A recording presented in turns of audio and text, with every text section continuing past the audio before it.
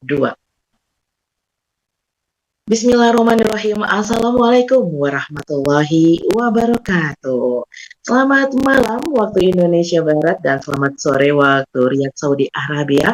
Dan tentu saja barangkali di tempatnya Dusana Rana dan Rantau ada yang pagi, siang, ataupun bahkan tengah malam dan dini hari.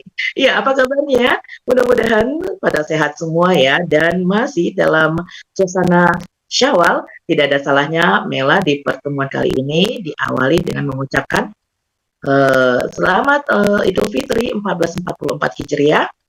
Taqabbalallahu minna wa minkum siyamana wa siyamakum. Kullu am wa antum bi khair ya. Ucapan selamat hari raya baik dari Mela pribadi dan mewakili kru dari Radio Kebuminan. Baik, Dusana Rana dan Rantau kembali nih mau tak eksklusif hadir di ruang dengar Dusana dan tentu saja bersama Mela di Riyadh dan kali ini Mela nggak sendiri loh, nanti ada yang menemani dan spesial. Ya kita tunggu dulu siapakah dia. Tentu saja di hari Kamis ini ya, di tanggal 4 Mei 2023. Dan kali ini kita akan mau temukan seputar energi migas tanah air. Riwayat Mukini. Ada apa sih sebenarnya dengan energi migas kita? Nah, penasaran ya? Dan alhamdulillah seperti pengumuman ataupun iklan ataupun informasi yang sudah kami sebarluaskan bahwa kali ini akan hadir pakar-pakarnya. Beliau-beliau ini tidak hanya seorang ilmuwan ya kan, tetapi juga seorang peneliti dan juga praktisi sehingga memang kompeten untuk sharing keilmuan dan pandangan beliau mengenai energi migas. Dan untuk itu ada siapa saja yang hadir, tidak hanya 2 narasumber, tapi juga ada tamu undangan kami yang spesial kami undang pada hari ini. Nah, narasumber kita ada Insinyur Archandra Tahar, MSc PhD, dan juga Profesor Dr. Andes R.Y. Peri Burhan, MSc. Namun sebelumnya kita akan melihat terlebih dahulu ya kan profil dari kedua narasumber kita. Oh ya, Mela ingatkan juga Dusana nanti bisa bergabung ya, berinteraksi, bertanya atau memberikan komentar ataupun yang lainnya. Silakan melalui nomor telepon kita di +62 851 0096 8460 atau yang mendengarkan melalui YouTube channel kami bisa menulisnya di kolom channel. Ya di kolom channel jadinya karena grogi jadinya di kolom channel ya di kolom chatnya ya. Baik, kalau begitu tanpa kita tunggu lagi silakan untuk tim krunya kita, krunya radio ada Kang Ipai untuk menampilkan profil dari 2 narasumber kita. Silakan Kang Ipai. Mohon Uda Azli untuk menjadikan Kang Ipai sebagai co-host.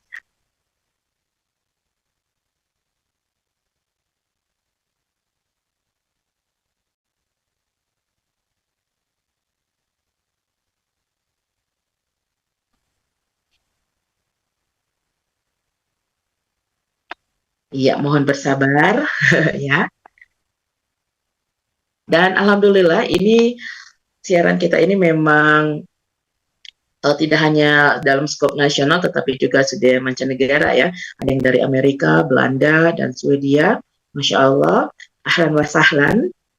Ya, dan bisa Dusana mempersiapkan pertanyaan-pertanyaannya sekarang. Apa sih yang migas itu misalnya ya, kenapa sih adanya migas gitu kan, bagaimana energi migas di kita di Indonesia, silahkan. Baik, udah Asbi, Kang Ipai? Sudah bisakah? Ipai sedang persiapan. Oh oke, baik, terima kasih. Ya sambil menunggu, saya ingin menyapa yang sudah hadir. Terima kasih untuk ya tadi ada Uda Adit dari Bandung, pimpinan dari radio kami. Selamat malam Uda Adit. Ya juga ada Bunda Selamat Tati. malam Bu Mela, ya. Selamat malam para hadirin semua. Ya alhamdulillah ya, satu kehormatan dan satu kebanggaan kita bisa mengundang 2 pembicara yang luar biasa ini ya. dalam artian potensi ataupun harta karunia orang Minang ya seperti itu udah Adit. Ya, alhamdulillah, terima kasih banyak untuk Pak Archandra, terima kasih juga untuk Profesor, juga untuk teman-teman yang hadir yang lainnya. Mohon maaf, saya baru sampai di rumah betul, jadi belum sempat ganti baju. Saya prepare dulu sebentar ya Bu Mela ya. Baik, ya. Baik, sambil menunggu saya tidak ada salahnya saya juga bacakan profil dari Pak Archandra ini. Nanti juga akan tampil ya audio visualnya. Kalau misalnya sudah, boleh diberitahu ya. Baik, terima kasih untuk tim yang sudah berusaha keras. Ya, Pak Archandra Tahar ini ya, putra Minang yang kelahirannya adalah di Kota Padang ya Pak ya. Berarti kalau aslinya Minangnya Minangkabau dari Padang. Ya, beliau pernah menjabat sebagai menteri Menteri ISDM tahun 2016 dan juga ada reshuffle dan juga beliau menjadi wakil menteri dari 2016 sampai 2019 dan juga saat ini beliau sedang menjabat ya mohon maaf ya, saya sambil ini beliau saat ini sedang menjabat sebagai ketua komisaris umum ataupun chairman di PGN ya Jakarta Indonesia tahun 2000 dimulai dari tahun 2020. Beliau juga pernah menjadi Vice Chairman Pertamina Jakarta Indonesia. Wah, kalau ada Pertamina itu saya jadi membawa memori waktu kecil itu Pak. Ya, dan juga beliau sempat kalau untuk kerja profesional kerja beliau ini banyak pengalamannya di negara Amerika Serikat ya kan. Dan tidak hanya bekerja sebagai karyawan tapi juga menduduki posisi yang top yakni sebagai pimpinan ataupun direktur perusahaan. Baik, dan juga kalau bicara tentang research, ternyata Masya Allah beliau ini sudah memiliki 6 hak paten. Ya benar ya Pak Archandra ya, 6 hak paten. Dan itu nanti kita bisa tanya-tanya tentang beliau, bagaimana sih patennya, apakah nanti paten itu bisa digunakan di Indonesia dan sebagainya. Terutama yang paling top adalah tentang desain offshore ya, di Amerika Serikat sana ya, Pak Archandra. Baik itu, dan beliau juga Masya Allah nih, banyak sekali ya, bisa di-searching ya kalau kita melihat profilnya beliau.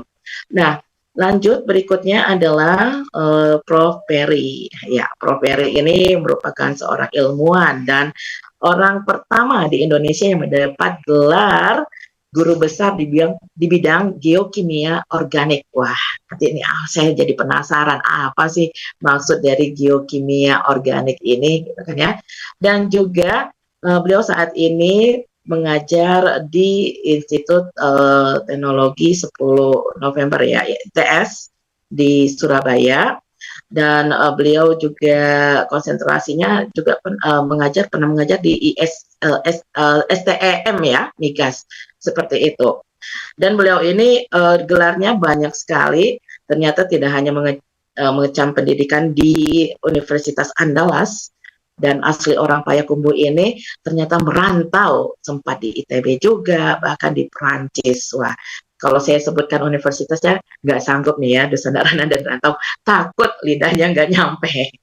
Ya, itu sekilas profil dari dua narasumber kita yang hebat. Nah, lagi-lagi kita akan bicara sesuai dengan kepakaran beliau masing-masing. Dan untuk itu saya akan mengenalkan juga host tambahan pendamping saya, ya kan, biar lebih seru lagi. Udah Ajo, udah Ajo lagi. Ajo, kita panggil Ajo aja ya. Ajo Adi Santoso di Bandung. Halo, Ajo. Assalamualaikum warahmatullahi wabarakatuh. Waalaikumsalam warahmatullahi wabarakatuh. Iya, bagaimana kabarnya Ajo? Alhamdulillah. Baik ya. Senang sekali nih malam ini bisa mendampingi Uni Melva. Assalamualaikum Pak Archandra. Sebenarnya kita salam dari Setra Murni Pak. Kalau Pak Archandra tahun berapa itu kita waktu ngundang Bapak kuliah tamu di Unisba Pak? Oh iya. Salam dari Setra Murni Pak. Dan salam kenal juga Prof. Perry. Salam hormat. nanti kita ini ya, Uni Melva akan sangat seru nih diskusi kita malam ini, karena pastinya Iya. informasi didapat yang paling up to date nih ya. Iya, benar sekali. Karena perlu ya kita selalu untuk mensosialisasikan keberadaan migas ini. Apa sih sikap yang tepat bagi kita sebagai masyarakat pengguna gitu kan ya. Dan juga nanti ada masing-masing pihak ya kan berperan dengan fungsinya masing-masing sehingga kita bisa membentuk satu masyarakat yang membangun secara bersama-sama dan sama-sama membangun. Seperti itu ya, Ajo Adi. Baik, bagaimana? Oke, masih belum ada tapi nggak apa-apa. Ya, kita sapa dua narasumber yang sudah hadir ini. Assalamualaikum warahmatullahi wabarakatuh, Pak Archandra dan Profesor Ferry. Selamat malam. Waalaikumsalam warahmatullahi wabarakatuh. Iya, sehat ya. Waalaikumsalam. Ya, alhamdulillah nih, ahlan wa sahlan. Kalau di Arab Saudi harus pakai ahlan wa sahlan, ya kan? Nggak lengkap rasanya. Baik, saya mau ke Pak Archandra dulu nih ya, Pak. Kalau kita bicara energi, ya kan, energi migas tanah air, kita tahu energi itu merupakan salah satu komponen kehidupan yang tidak dapat diciptakan dan dimusnahkan. Sebenarnya ada tampilan yang mau ditampilkan oleh tim kreatif kami, tapi mohon maaf karena ada kendala, mungkin nanti bisa ditampilkan juga. Dan kembali lagi tadi energi itu menjadi satu komponen yang penting. Terus juga di dalam energi itu ada salah satunya adalah migas, minyak dan gas bumi. Yang migas dan energi itu tidak bisa diterbarukan ya. Kalau menurut saya, mohon maaf kalau salah boleh dikoreksi nanti. Tidak terbarukan penghasil energi yang banyak digunakan sampai saat ini. Kita nggak bisa lepas itu. Dan kalau kita bicara tanah air, kita bicara Indonesia, bangsa dan negara yang berdaulat dengan kekayaan migasnya yang sangat besar. Seperti itu ya. Saya mengutip sebuah informasi dari CNBC Indonesia ya, bahwa kondisi migas saat ini itu versus era 1970-an, ibaratnya antara siang dan malam. Begitu pendapat dari Menteri Pertambangan dan Energi kita yang ke-9 periode 1978 sampai 1988, yakni Pak Subroto. Di mana menurut beliau di tahun 1970 itu Indonesia pernah memproduksi minyak mencapai 1,7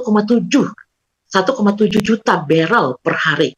Nah, saya ingat kalau nggak salah saat-saat itulah di mana Indonesia mencapai puncaknya dan kita bangga memiliki Pertamina karena pengekspor minyak ya Pak ya. Dan di tahun 2020 itu hanya ya setengah lebih dikit lah, sekitar 700-an barrel, 700-an ribu barrel per harinya. Terus menurut beliau juga di tahun 1970 sumber daya fosil masih menjadi sumber energi utama. Dan ketika di 2020 sumber energi baru dan terbarukan itu muncul dan aspek negatifnya pun terasa karena dampak dari pengembangan dan pemanfaatan dari hidrokarbon. Nah, menurut beliau lagi adalah transisi dari fosil ke energi baru terbarukan itu, di mana transisi ini butuh waktu, ya kan, pikiran dan ongkos. Oleh karena itu, menurutnya dalam suasana seperti ini, maka perlu adanya gotong royong dari berbagai pihak untuk mendukung sektor energi di tanah air. Nanti saya mau tampilkan nih Pak, potensi migas Indonesia. Saya dapat dari sumber SKK Migas bahwa ternyata di Indonesia ada 128 basins atau cekungan sumur ladang, seperti itu ya Pak ya. Nah, nanti kita bisa tampilkan dan nanti pada dasarnya bagaimana kita mengoptimalisasikan energi migas itu. Dan kalau saya lihat dari petanya itu malah banyak unreal, maksudnya yang belum digali, dieksplor, eksploitasi itu malah di daerah Indonesia Timur. Nah, kenapa nih ya seperti itu. Dan pada akhirnya nanti untuk mengoptimalisasikan energi itu tentu kita akan bicara potensi sumbernya, ya kan Pak, riset dan teknologi serta investasi. Nah, itu juga nanti akan berkaitan dengan hulu dan hilir dari proses distribusi migas itu sendiri. Dan pertanyaannya, bagaimana sebenarnya kondisi migas Indonesia saat ini, Bapak Archandra? Silakan. Baik, terima kasih. Assalamualaikum warahmatullahi wabarakatuh. Waalaikumsalam warahmatullahi wabarakatuh. Waalaikumsalam. Kalau kita bicara migas di Indonesia, tentu kita mulai berapa sih kebutuhan kita pada saat sekarang, ya? Beberapa data mengatakan kita butuh kebutuhan kita 1,6 juta barrel per day, ya. Sebenarnya bukan 1,6, data saya itu sekitar 1,4 juta barrel per day. 1,6 apabila kita memasukkan LPG sebagai komponennya. Tapi kalau LPG di luar itu, maka kalau crude oil dan BBM itu sekitar 1,4 juta. Ya. Nah, bagi para pendengar semua, berapa besar sih satu barrel itu? Ya, kita butuh 1,4 juta barrel per day. Satu barrel itu kalau bahasa Padangnya itu satu drum. Jadi kalau kita melihat drum minyak tanah dulunya, yang setinggi berapa ya, badan kita lah, ya. Itulah satu barrel itu, ya. Jadi yang kita butuhkan di Indonesia itu 1,4 juta barrel per day, ya. Produksi crude kita di Indonesia, crude itu adalah minyak mentah. Kalau minyak mentah itu belum bisa digunakan sebagai BBM, dia diolah dulu oleh kilang minyak. Kemudian dari kilang menjadi BBM, bisa menjadi Aftur, bisa menjadi Premium, bisa menjadi Pertamax dan lain-lain, ya, bisa menjadi solar juga. Nah, kalau datanya ini sedikit teknikal, ya, kita impor BBM. Nah, kita impor BBM dulu, ya. Dari kebutuhan 1,4 juta barrel, kilang minyak di Indonesia yang dipunyai oleh Pertamina itu mampu menghasilkan sekitar 800.000 barrel per day. Sementara BBM yang kita butuhkan adalah 1,4 juta. Berarti kita impor BBM, bahan bakar minyak, sekitar 600.000 barrel per day. BBM, ya. Nah, dari 600.000 barrel per day impor BBM, kilang kita memerlukan 1 juta crude untuk menghasilkan 800.000 barrel BBM. Ya, jadi kalau kita kilang-kilang Pertamina ingin menghasilkan BBM 800.000 sesuai dengan kapasitasnya, maka dia memerlukan 1 juta crude atau minyak mentah. Produksi crude Indonesia itu sekitar 700.000. Dari 700.000 itu tidak semuanya milik pemerintah. Ya, sebagian itu adalah milik K3S asing yang merupakan hak mereka sewaktu mengelola ladang migas tersebut. Mereka diberi volume minyak yang menjadi hak mereka karena mereka yang berinvestasi.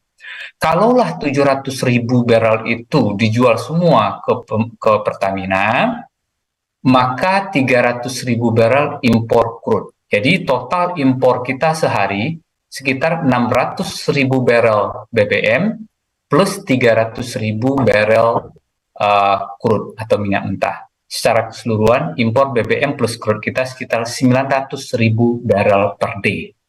Jadi kalau kita bayangkan berapa besar 900.000 itu adalah 900.000 drum. Nah, gap ini kalau kita ingin menjadi negara yang bisa sufficient untuk memenuhi kebutuhan di dalam negeri kita, maka produksi crude kita harus ditingkatkan. Namun demikian, ya, dari tahun 70-an 80-an, di tahun 2003 Indonesia sudah mendeklar sebagai negara pengimpor minyak, tidak lagi sebagai negara pengekspor minyak. Ya, di tahun 2003 dan 2004. Kenapa? Kebutuhan kita jauh lebih besar dari produksi kita. Seperti yang saya sampaikan tadi, malah kita impor sekarang 900.000 barrel per day, bukan lagi ekspor. Ya, dengan produksi yang sekitar 700.000, dan tahun lalu lebih tinggi, tahun sebelumnya lebih tinggi, ini kecenderungannya turun terus. Nah, pertanyaannya adalah kenapa kok bisa turun terus? Banyak penyebabnya. Salah satunya adalah sumur-sumur yang dulu berproduksi besar, sekarang mereka sudah tua. Nah, biasanya kalau yang tua-tua ini perawatannya udah sering masuk rumah sakit ya, dan perawatannya juga khusus ya. Kalau nggak dirawat dia rewel. Nah, seperti itu juga sumur-sumur minyak ya.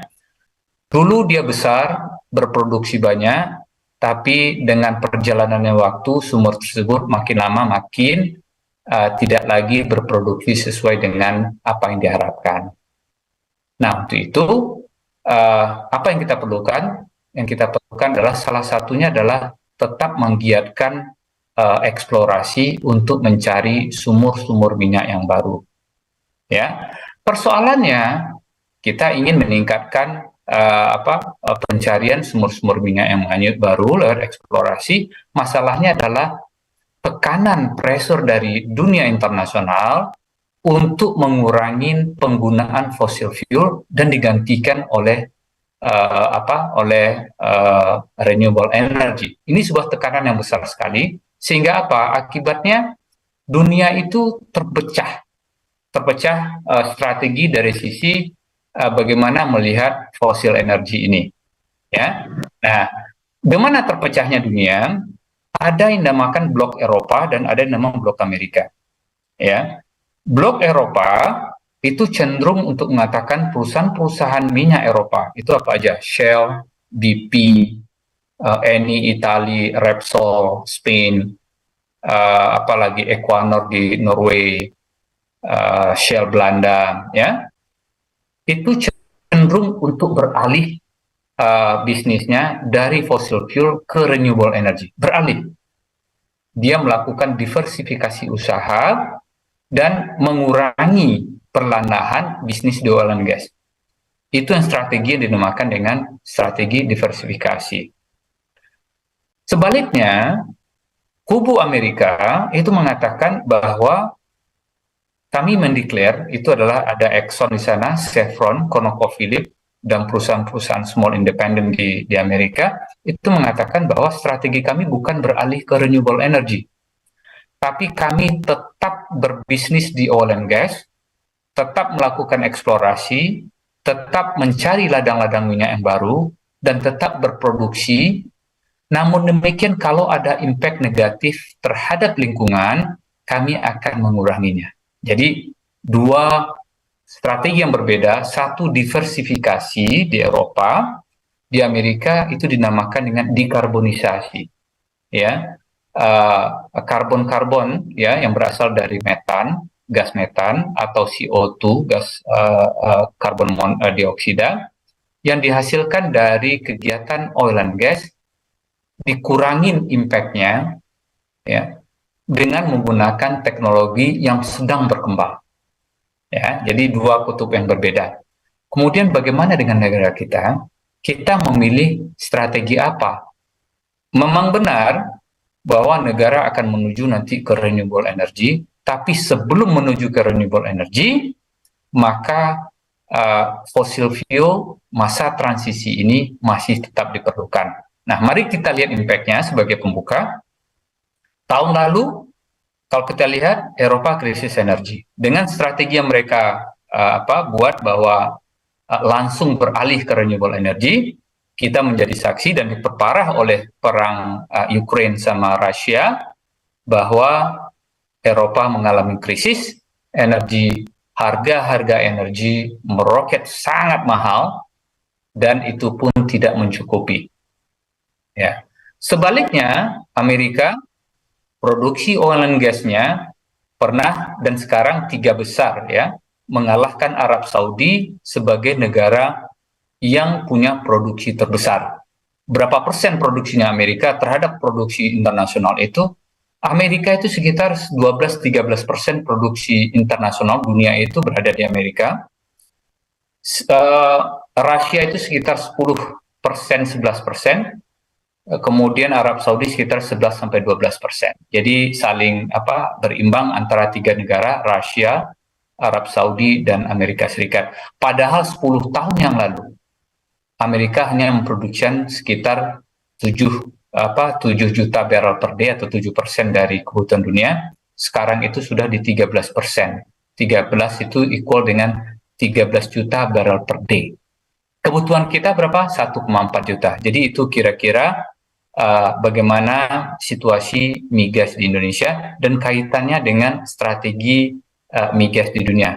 Itu dulu, mungkin kalau ada pertanyaan atau klarifikasi silahkan. Iya, baik. Terima kasih Pak Archandra. Wah, menarik sekali nih ya.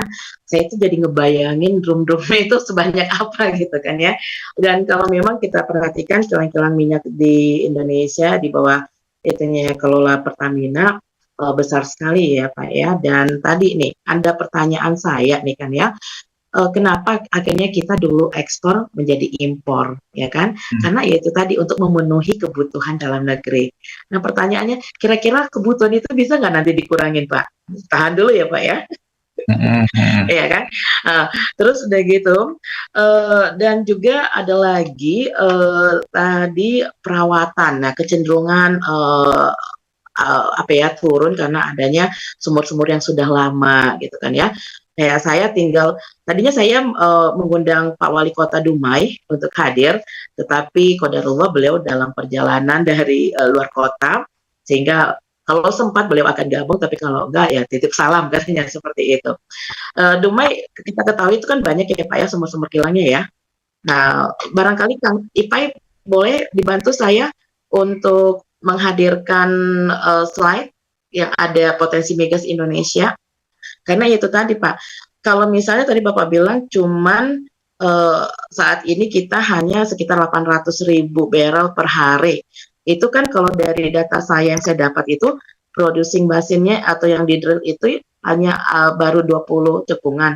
Sementara terdapat 128 dan ada 68 sumur lah ladang minyak, dan itu banyaknya tuh di daerah Indonesia Timur. Kang Ipai boleh dicoba ini kan? Nah pertanyaannya, apakah 800.000 barrel itu hanya wilayah Sumatera aja itu Pak eksplorasinya, atau Enggak. Sudah mencapai Indonesia Timur? Itu Indonesia ya, bukan 800.000. Produksi kita sekarang 700.000, cenderung untuk turun 700.000 sekarang ya. Dan itu sudah segala macam usaha, termasuk mengeksplor basin-basin yang belum dilakukan eksplorasinya ya. Namun demikian itu mengatakan bahwa kita punya sekian basin dan lain-lain. Iya, itu benar.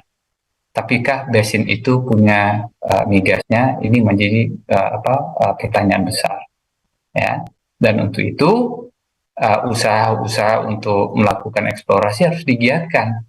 Bukan hanya sebagai slogan bahwa kita punya basin, kita punya segala macam, tapi apakah kita sudah melakukan usaha yang optimum?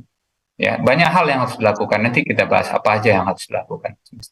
Iya, ini sudah ditampilkan oleh tim kreatif kami. Silakan slide selanjutnya. Udah, ya itu tadi.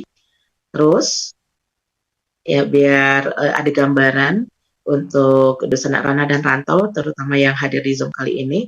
Terus di slide nomor 5, udah. Ya, ini tadi ya, Bapak Subroto, Menteri Pertambangan dan Energi ke-9 Republik Indonesia. Selanjutnya, nah ini dia petanya, ya kan Pak, yang kuning itu ya kan. Nah itu tadi pertanyaannya, nanti kita akan bahas ini ya. Kalau dilihat kan, wah Masya Allah potensinya masih banyak nih Pak ya. Ibaratnya masih agak berlega lah gitu ya. Wah masih ada nih cadangan kita, seperti itu ya Pak ya. Baik, udah Adi, apakah ada yang ingin Anda tanyakan juga nih ke Pak Archandra sebelum kita beralih? Kalau tadi kita bicara tentang teknologi berarti ya untuk mendapat eksplorasi minyak itu.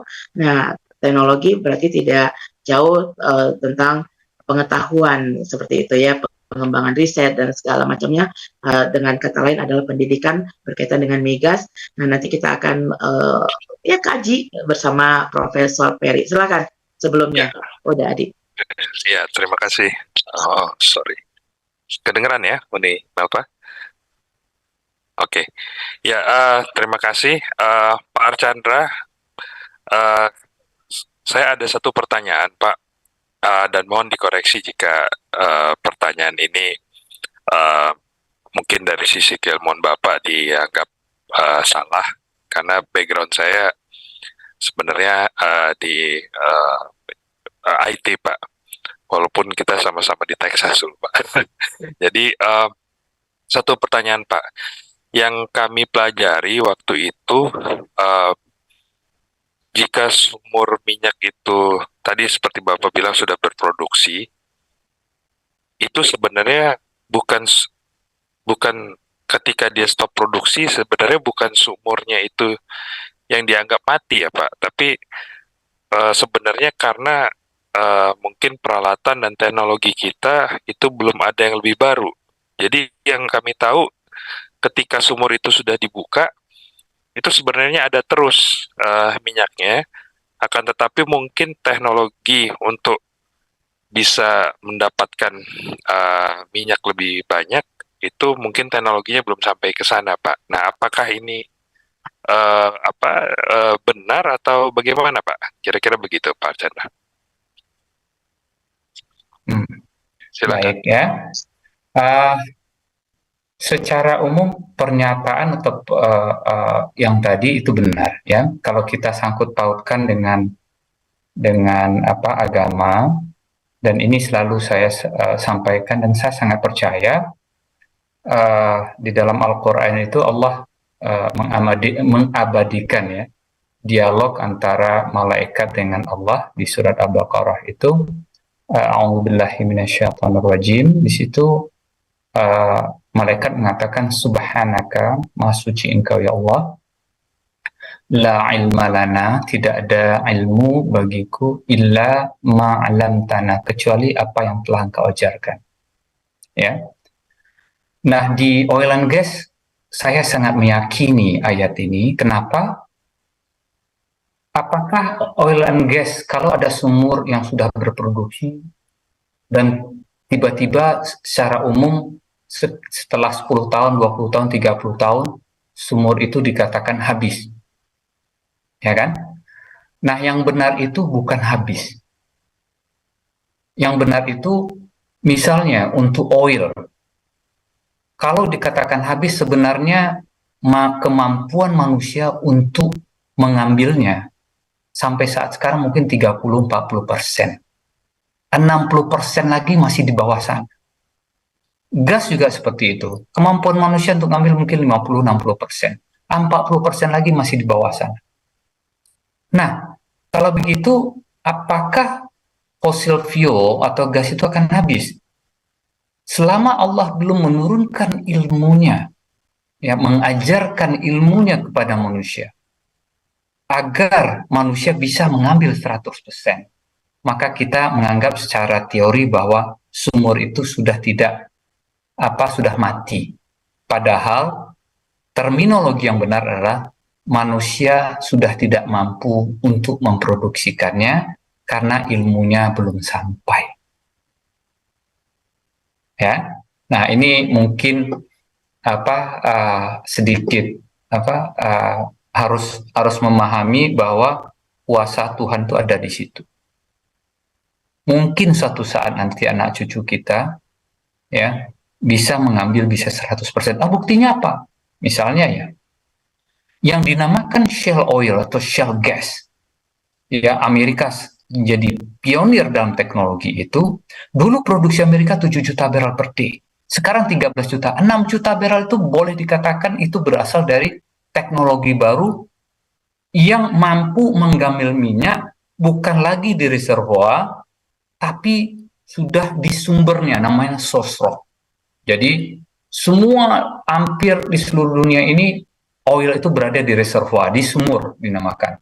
Tapi sebelum oil itu ke sumur, itu ada sumbernya, namanya source rock. Nah, sosok itulah dengan teknologi yang dikembangkan di Amerika, mereka mampu mengambil sampai ke sana. Ya, artinya apa? Ada ilmu baru yang diajarkan, sehingga Amerika bisa memproduksi 2 kali lipat dalam waktu 10 tahun. Nah, disitulah kalau kita percaya bahwa suatu saat nanti insya Allah, kalau Allah mengajarkan ilmu itu, bagaimana mengambil menjadi 100%, mungkin ya, akan ada lagi produksi-produksi baru yang selama ini sudah dianggap mati. Jadi ibaratnya ada harta karun ya yang masih tersimpan sampai itu tadi ilmu itu ya, Pak Archandra. Tapi Masya Allah, luar biasa. Jadi kita merefleksikan, benar sekali saya setuju itu. Dan kalau misalnya kita bicara teknologi, sebenarnya Indonesia itu mampu nggak sih ya menciptakan teknologi? Karena kan selama ini kita banyak menggunakan teknologi dari luar ya, dan itu kita ketahui biayanya sangat besar ya, Pak Archandra ya kan. Kalau kita bicara teknologi, bahkan tidak semua negara pun bisa memanfaatkan atau menggunakan teknologi, ibaratnya seperti itu. Nah, saya akan ke Prof. Peri dulu ya, Pak Archandra. Prof. Peri, nih, Prof. Peri sebagai seorang ilmuwan dan akademisi, mengajar di sekolah khusus tentang migas seperti itu ya. Nah, sebenarnya bagaimana sih pendidikan migas di Indonesia, dan apakah orang Indonesia sendiri sudah pernah atau sudah ada teknologi yang dihasilkan berkaitan dengan energi migas ini, Prof? Ya. Terima kasih. Assalamualaikum warahmatullahi wabarakatuh. Nela, jadi saya luruskan sedikit. Saya bertugas tetap di Surabaya di ITS, Institut Teknologi 10 November. Kemudian selama 7 tahun yang lalu saya diperbantukan ke Pak Archandra waktu beliau jadi menteri maupun jadi Wamen di Kementerian ESDM untuk mengelola sekolah tinggi yang kemudian jadi politeknik di bidang permigasan. Nah, mungkin memang jodohnya ke sana. Saya kebetulan waktu mengambil S3 di Prancis itu, enggak tahu kenapa kok tertarik saja ke apa yang disebut dengan ilmu geokimia organik. Nah, geokimia organik itu tidak khusus tentang minyak bumi, tetapi adalah yang mempelajari senyawa organik yang sudah jadi fosil. Nah, yang sudah jadi fosil itu ada di minyak bumi, ada di batu bara, ada di gas, ada juga di endapan atau sedimen. Nah, geokimia organik itu tidak hanya mempelajari minyak bumi tentunya, tetapi minyak bumi akan terbawa ke situ.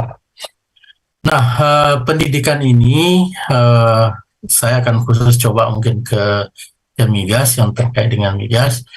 Salah satunya di migas itu adalah mencari sumber dari minyak itu. Jadi kalau Pak Chan tadi bilang, kalau di Amerika orang sudah mulai memeras batuan induk, source rock gitu. Nah, jadi sehingga yang sumbernya tadi mungkin dari 7 juta barel per hari bisa meningkat sampai 13. Kita memang di Indonesia belum sampai ke situ. Tetapi pendidikan migas di Indonesia ini tentunya mendukung ke arah itu. Migas di Indonesia tentunya sekalipun saat ini produksinya baru sekarang menurun ya dari beberapa tahun yang lalu, itu menjadi sekitar sekarang 700.000 barel per hari sekitar itu Pak Chan ya. Tetapi kita juga bersyukur juga mestinya bahwa minyak bumi kita itu tidak dikuras habis sekalian. Jadi kita masih berhemat-hemat lah. Ya. Jadi kalau dikuras sebagian mungkin habis-habis sekalian mungkin tiba-tiba habis begitu mungkin ya kita kesulitan di sumber devisa. Itu sebagai contoh gitu. Sebagai contoh dahulu di Surabaya itu di Wonokromo itu ada Belanda itu mengebor minyak dari sana. Nah kemudian tiba-tiba sumurnya itu ditinggalkan saja oleh Belanda. Saya dari geokimia organik mempelajari minyak mentah yang ditinggalkan oleh Belanda itu.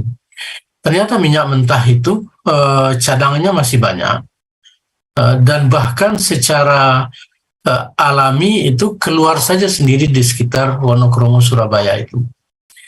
Nah ternyata minyak itu, minyak buminya, minyak mentah itu yang ada di Wonokromo itu dirusak oleh bakteri.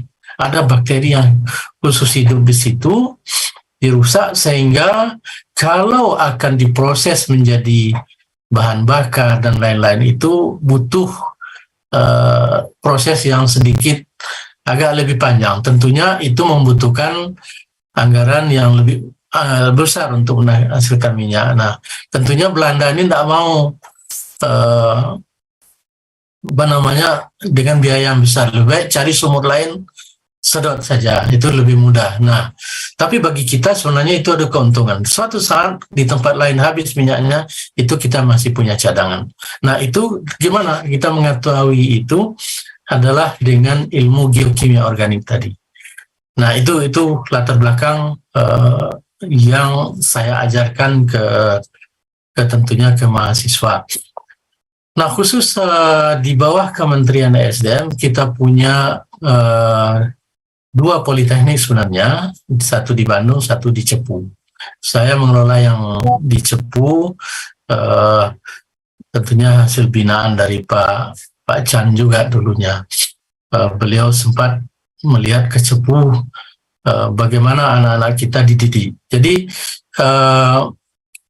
pendidikan tinggi migas itu kalau dapat kita bagi 2. Jadi yang pertama bagian yang mempelajari hulu migas, jadi mulai dari mencari di mana sumur minyak itu sampai bisa keluar dari dalam tanah, dari dalam bumi. Kemudian setelah minyak mentah itu keluar, dibawa ke kilang, diolah menjadi bahan bakar, dan sekarang tentunya tidak hanya menjadi bahan bakar. Seluruh peralatan kita yang terdiri dari plastik, dari macam itu, sebagian besar adalah dari minyak bumi. Jadi pendidikan migas itu dibagi 2. Yang pertama adalah yang kelompok geologi, geofisika, teknik perminyakan, itu yang berusaha mengeluarkan minyak dari perut bumi. Kemudian teknik pengolahan migas dan lain-lain turunannya, teknik kimia juga, itu adalah yang mengolah minyak mentah itu menjadi yang dapat kita pakai sehari-hari. Tidak hanya bahan bakar. Bahan bakar itu adalah sebagian. Kira-kira begitu, Nela. Iya, Masya Allah. Berarti kan itu dimulai dalam artian konsentrasi dari pemerintah, betapa pentingnya pendidikan migas ini, itu sejak kapan sebenarnya tuh, Prof? Apakah dulunya ada tapi memang belum sangat fokus atau seperti apa? Dan kalau dilihat antusiasme masyarakat, terutama remaja kita nih ya, generasi muda, minatnya mereka untuk hal ini besar nggak? Kalau boleh dibuat skala 1-10 di posisi angka berapa? Kira-kira, Prof? Minat dari anak-anak muda kita untuk belajar migas cukup besar, ya masih cukup besar. Kan pendidikan migas itu tidak hanya di Cepu itu saja. Jadi di perguruan tinggi negeri juga ada. Jadi di ITB ada teknik perminyakan, ada geologi, kemudian ada di UI ada teknik pengolahan, teknik kimia sebenarnya, tapi dia lebih cenderung kepada pengolahan migas. Ya.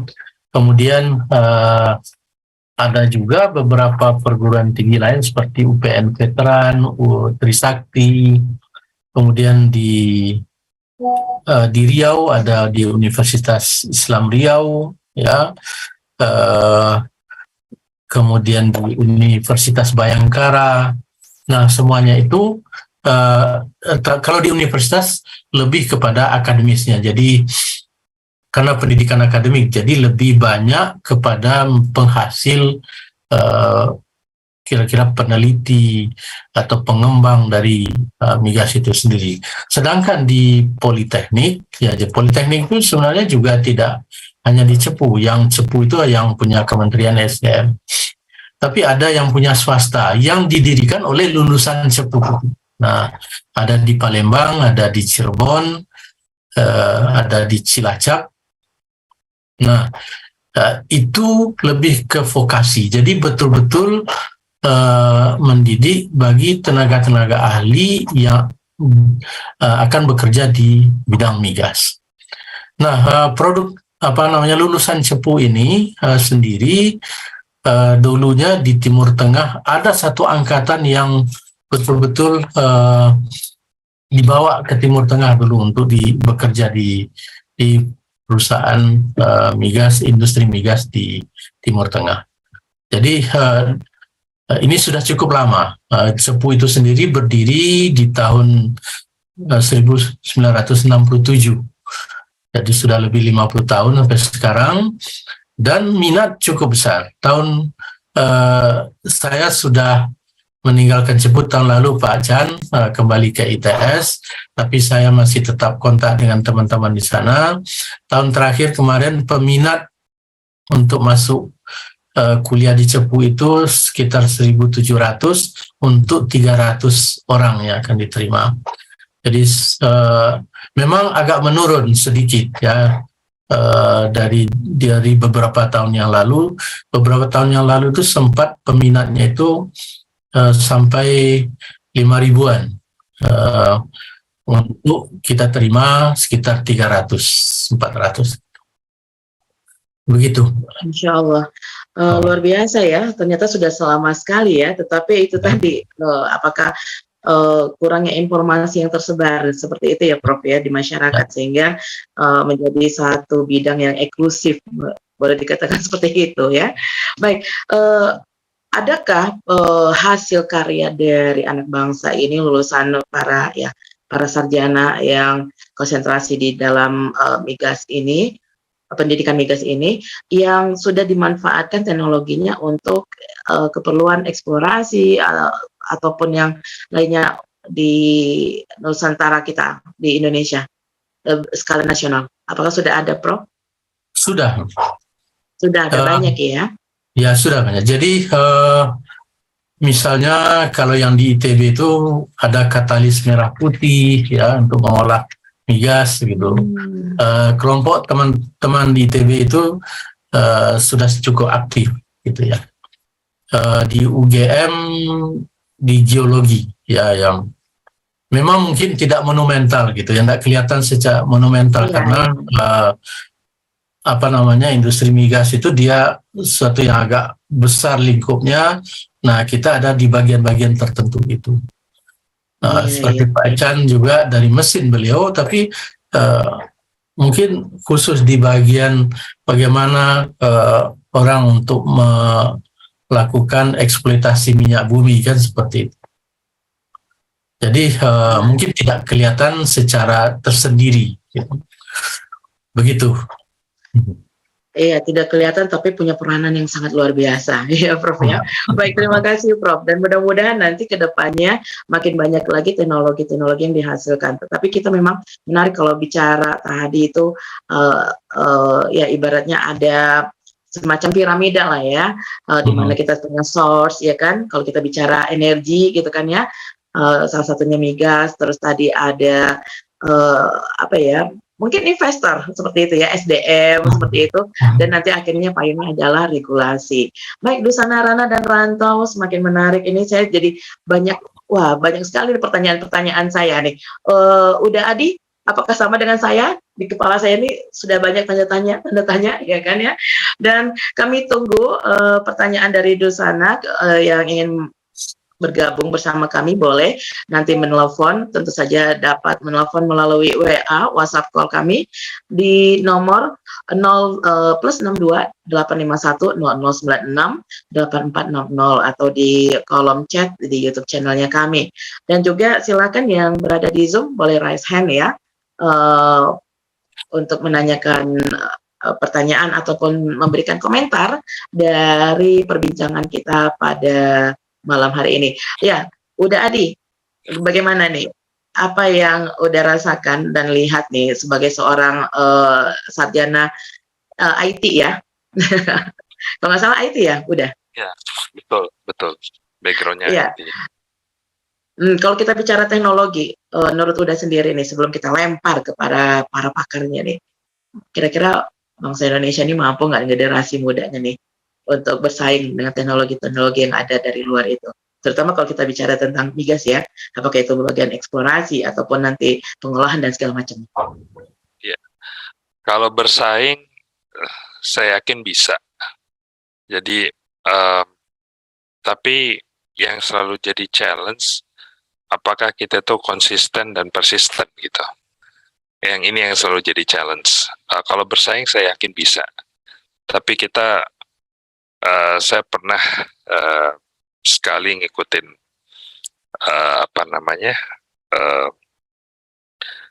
waktu Pak Archandra memberikan kuliah umum, dan itu selalu berkesan bagi saya. Dan di kantor saya sering ulang itu perkataan Pak Archandra. Jadi ada dua hal, capability dan kompetensi. Ya Pak Archandra, Bapak sering pernah memberikan itu tentang di kuliah umum. Nah ini kompetensi dan capability ini Uni Melva. Kalau dua-duanya ini ya memang mesti jadi selaras ya. Maksudnya ini mesti selalu diasah gitu. Dan kalau kompetensi kan kita tentunya bisa dari belajar terus ya, transfer of technology and all that ya. Nah inilah yang, dan itu bukan semudah membalikan tangan. Tapi di case-case di industri saya di luar migas ya, tentunya di IT itu sudah banyak sekali ahli-ahli IT Indonesia itu justru hasilnya kelas dunia gitu loh. Nah itu udah terjadi. Jadi gitu kira-kira, Uni Melva.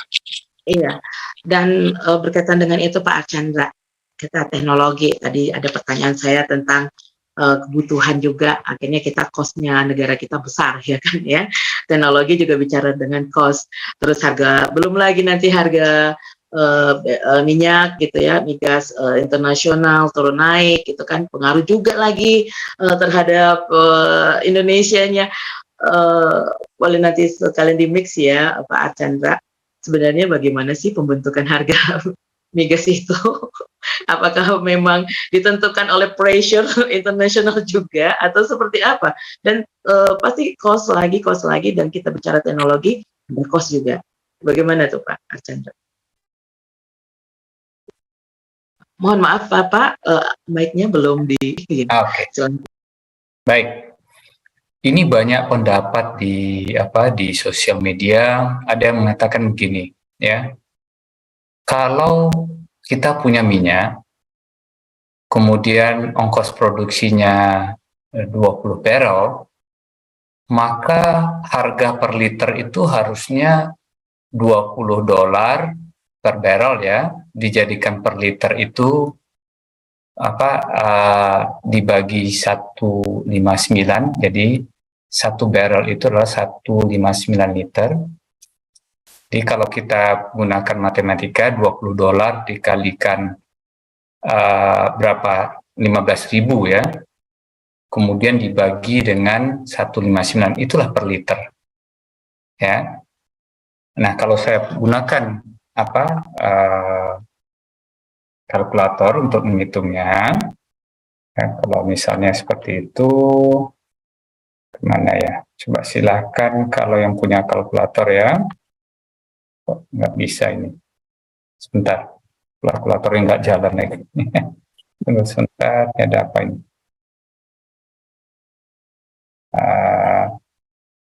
Coba ya, jadi kira-kira ya, kalau ongkos produksi 20.000 kita punya minyak, kemudian jadikan per liter sekian. Ini salah besar, ya.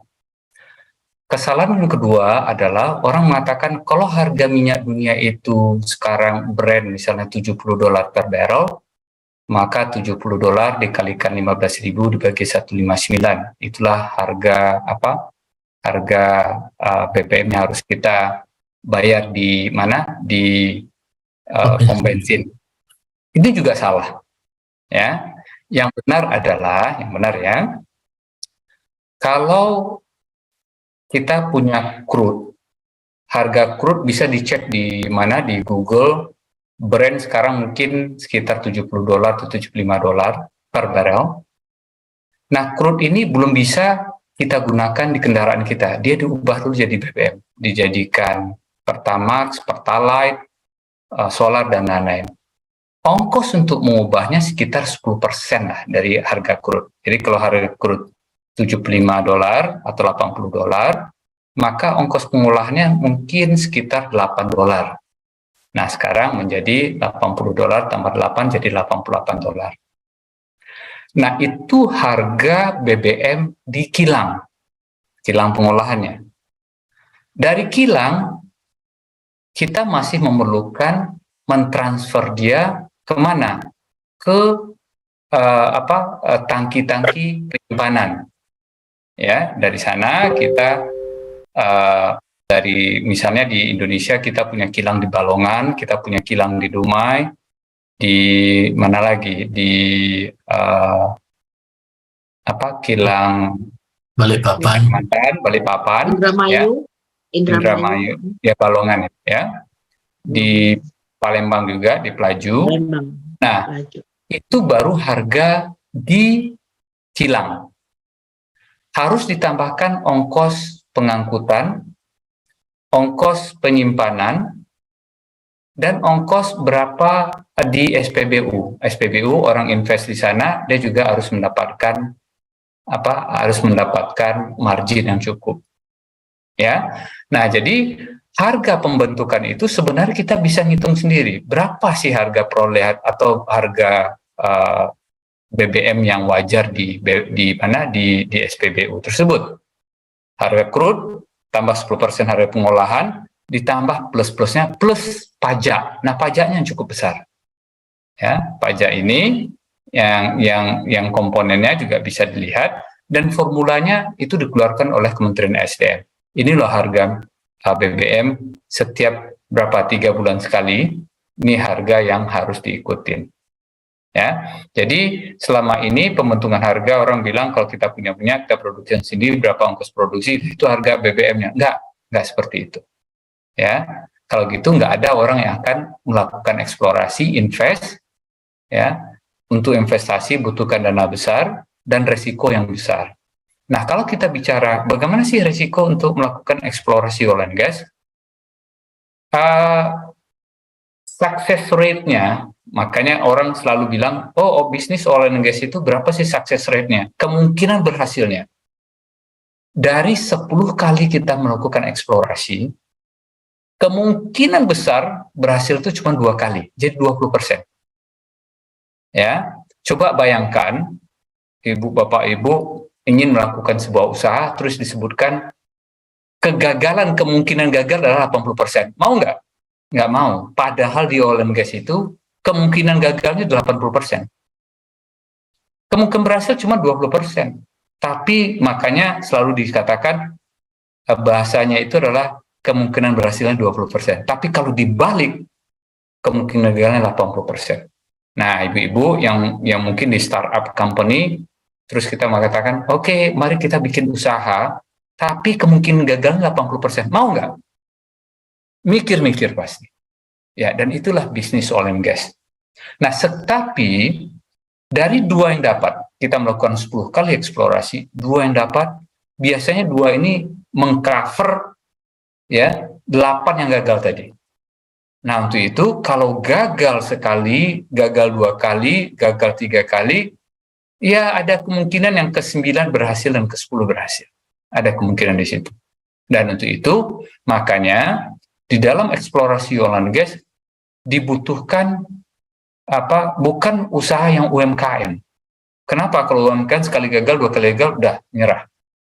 Nah, untuk sebagai bahan perbandingan, kalau dulu saya di Gulf Mexico, di Texas sana, untuk eksplorasi deep water itu, di kedalaman misalnya, kedalaman airnya 1000 meter misalnya ya, kemudian kedalaman reservoirnya 10.000 meter, jadi 10 kilo di bawah sea floor, itu bisa menghasilkan untuk mengetahui bahwa ini ada minyak apa tidak, kita melakukan appraisal well namanya, itu bisa $250 juta. Ya, kita butuhkan 4. Kita mengeluarkan duit $1 miliar atau $1 billion, 15T. Setelah keluar duit 15T dan belum tentu ekonomi sudah develop, hilanglah 15T itu. Nah, kira-kira Bapak Ibu ada nggak yang punya duit 15T yang diinvestkan di oil and gas dan kemungkinan tidak kembali? Ada nggak? Mikir ulang. Ya, dan untuk itu kita harus appreciate bahwa memang dibutuhkan dana yang besar untuk melakukan eksplorasi, apalagi di daerah-daerah yang frontier. Yang tadi dikatakan kita punya sekian basin yang belum di-develop, dan itu daerah-daerah baru yang memerlukan extra cost untuk mendevelopnya. Dan belum tentu berhasil. Dan untuk itu, makanya pengusaha atau perusahaan-perusahaan besarlah yang banyak atau berhasil atau punya daya tahan dari segi kegagalan untuk melakukan eksplorasi di oil and gas. Itu kira-kira. Luar biasa sekali. Berarti memang ibaratnya nggak segampang itu kali ya, kita bicara menentukan harga ya kan. Berarti itu berkaitan juga, apakah itu juga berkaitan dengan regulasi itu Pak Archandra dalam penetapan sistem harga tersebut. Dan kalau kita bicara regulasi lagi, banyak hal lah yang bisa kita ambil. Tadi kalau nggak salah mengeksplorasi itu kan kita kerjasama dengan asing ya Pak ya, itu tadi terutama dalam hal teknologi, ada pembagian. Nah, kalau mohon koreksinya juga nih Pak, yang saya pahami dulu ada dalam artian kekhilafan lah ya, atau kekurang pahaman gitu kan, ataupun kesiapan dari bangsa Indonesia dulu dalam menetapkan regulasi pembagian itu, sehingga kita kayaknya rugi gitu loh. Kalau nggak salah 50-50 pembagiannya ya Pak ya, mohon koreksinya Pak.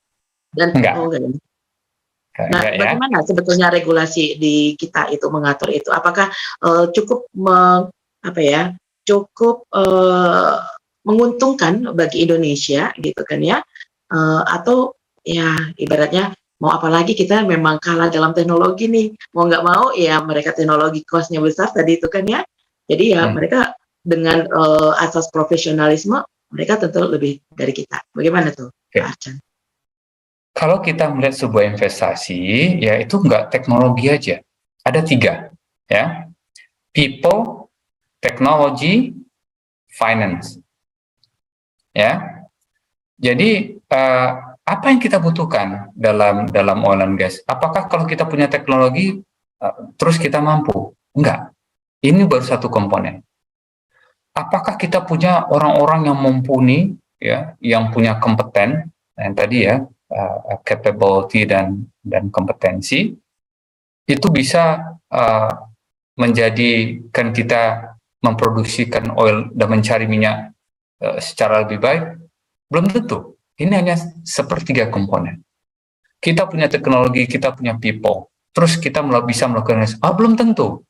Harus didukung oleh dana yang besar seperti yang tadi disampaikan ya. Untuk eksplorasi itu tingkat kegagalannya 80%. Ya. Nah, 3 ini yang harus kita punya. Nah, dalam pengelolaan sumber daya alam kita, beberapa kali saya pernah sampaikan, dasarnya itu adalah pasal 33, itu mengatakan bumi, air, dan kekayaan alam yang dikandung di dalamnya ya dimanfaatkan sebesar-besar untuk kemakmuran rakyat. Bahasa ini adalah, kalau saya susah untuk menerjemahkannya. Sebesar-besarnya untuk kemakmuran rakyat, apanya yang sebesar-besarnya? Ya, nah untuk itu kalau kita boleh melirik ke belakang lagi, siapa sih yang membuat pasal ini? Pada zaman itu founding fathers kita yang punya kemampuan di bidang ekonomi itu adalah kemungkinan Bung Hatta yang bikin pasal ini. Kemungkinan, saya juga nggak tahu, tapi menurut literatur kemungkinan Bung Hatta yang bikin pasal ini, bahwa kekayaan alam itu digunakan sebesar-besar untuk kemakmuran rakyat. Apanya untuk kemakmuran rakyat itu? Ya, nah untuk itu saya mencoba menerjemahkan ini sewaktu di Kementerian ESDM ya. Satu adalah apabila teknologi yang digunakan dalam pengelolaan sumber daya alam kita itu adalah teknologi yang kita ciptakan sendiri. Ya, kenapa kalau kita punya teknologi sendiri, kita punya keleluasan dalam penggunaannya, tidak dibatasi oleh banyak hal. Yang kedua, hasil dari pengelolaan sumber daya alam kita itu, kalaulah bisa digunakan sebesar-besar untuk kebutuhan dalam negeri. Kalau ada sisanya baru kita ekspor. Ya. Yang ketiga, putra-putri terbaik Indonesia itu mengelola sumber daya alamnya. Ya. Kalau kita tergantung dari asing, maka kebermanfaatan dari sumber daya alam itu mungkin berkurang. Yang keempat adalah pendanaan dari pengelolaan sumber daya alam kita itu harus dari dalam negeri. Kalau dari luar negeri, kita akan didikte dengan segala macam persyaratannya. Pertanyaannya, sudahkah kita punya teknologi yang mampu mengelola sumber daya alam kita? Sudahkah kita punya putra-putri terbaik yang mampu mengelola sumber daya alam?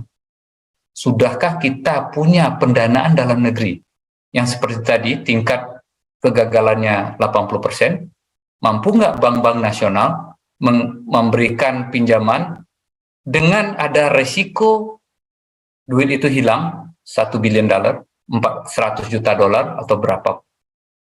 Yang keempat, sudahkah kita memprioritaskan hasil dari sumber daya alam itu untuk kebutuhan negeri?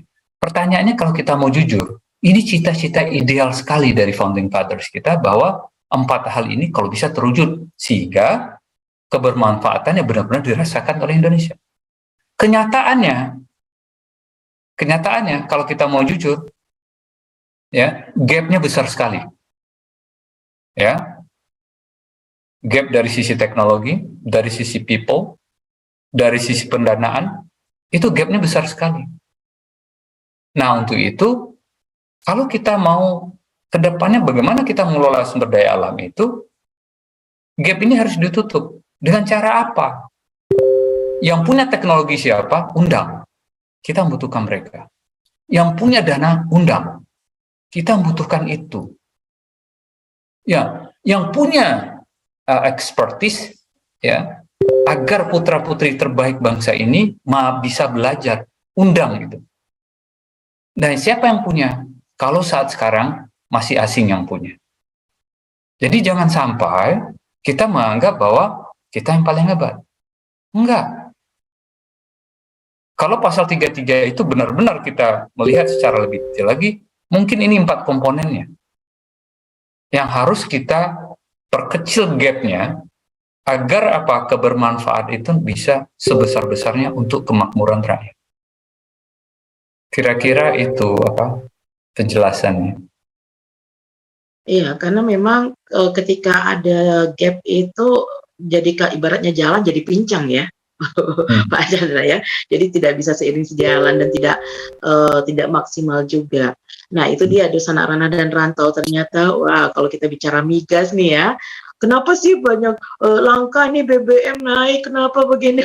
Ternyata tidak sesederhana dalam pemikiran kita. Nah, mudah-mudahan dari obrolan kita malam ini kita mendapatkan satu pencerahan, setidaknya pemahaman nantinya Dusana Rana dan Rantau, bagaimana sih kita menyikapi dengan bijak gitu kan ya permasalahan-permasalahan yang dihadapi oleh bangsa Indonesia ini, terutama ketika berkaitan dengan minyak dan gas bumi, ya kan. Nanti ada bensin lah, ya kan ya. Terus minyak tanah, sebagian mungkin ada yang masih pakai minyak tanah ya, untuk di beberapa daerah dan lain-lainnya. Dan pada akhirnya nanti kita bagaimana juga dengan pemahaman itu kita bisa menjadi bagian solusi dari bangsa ini, gitu kan ya, dengan perannya kita masing-masing. Baik, Pak Archandra, kita akan undang ya, dan saya juga akan membacakan beberapa pertanyaan dari pendengar Radio Kebuminang. Namun sebelum saya buka, saya mau ke Prof. Peri. Prof. Peri ini menarik nih, tadi Pak Archandra bilang teknologi, ya kan, cost-nya besar. Bapak Prof sebagai ilmuwan dan juga akademisi dan praktisi, gitu kan ya, tantangan terbesar itu seperti apa sih yang dihadapi dalam kita menciptakan teknologi eksplorasi khususnya ya di Indonesia, itu seperti apa? Kalau kita merujuk dari yang disampaikan oleh Pak Archandra, people, teknologinya itu sendiri, maksudnya hasilnya, dan juga dana. Baik, mungkin tantangan yang terbesar bagi kita itu mengikuti perkembangan. Jadi begini, dahulu misalnya pendidikan migas di Cepu itu dikenal kemana-mana dan lulusannya bisa bekerja di mana-mana. Nah, industri migas sendiri itu berkembang teknologinya. Nah, kalau yang di tempat pendidikan tidak dikembangkan juga, nah maka produknya atau lulusannya ini akan ketinggalan. Nah, ini nih suatu tantangan yang sangat menjadi momok bagi lembaga pendidikan. Jadi padahal bagi kita pendidikan itu memang seperti yang disampaikan Pak Chan tadi dalam Undang-Undang Dasar, anggaran untuk pendidikan sekian persen, 30%, tetapi apakah cukup dengan jumlah penduduk kita yang sangat banyak kebutuhannya untuk pendidikan? Jadi tidak mudah memang untuk menghasilkan teknologi yang betul-betul mampu mandiri dalam mengelola permigasan kita yang ada, ya, sehingga teknologi-teknologi dalam pengembangan itu memang berkembang di luar lebih cepat daripada kita. Tetapi tentunya kita tidak boleh menyerah begitu saja. Ya. Apa yang kita kembangkan di pendidikan tinggi migas kita, Pak Chan dulu yang juga sempat melihat bagaimana mahasiswa-mahasiswa kita mendapat pendidikan yang saya kira tidak sederhana, tapi cukup menantang dan mereka bisa berhasil untuk mengeksplorasi teknologi itu untuk dapat mengelola industri migas. Begitu.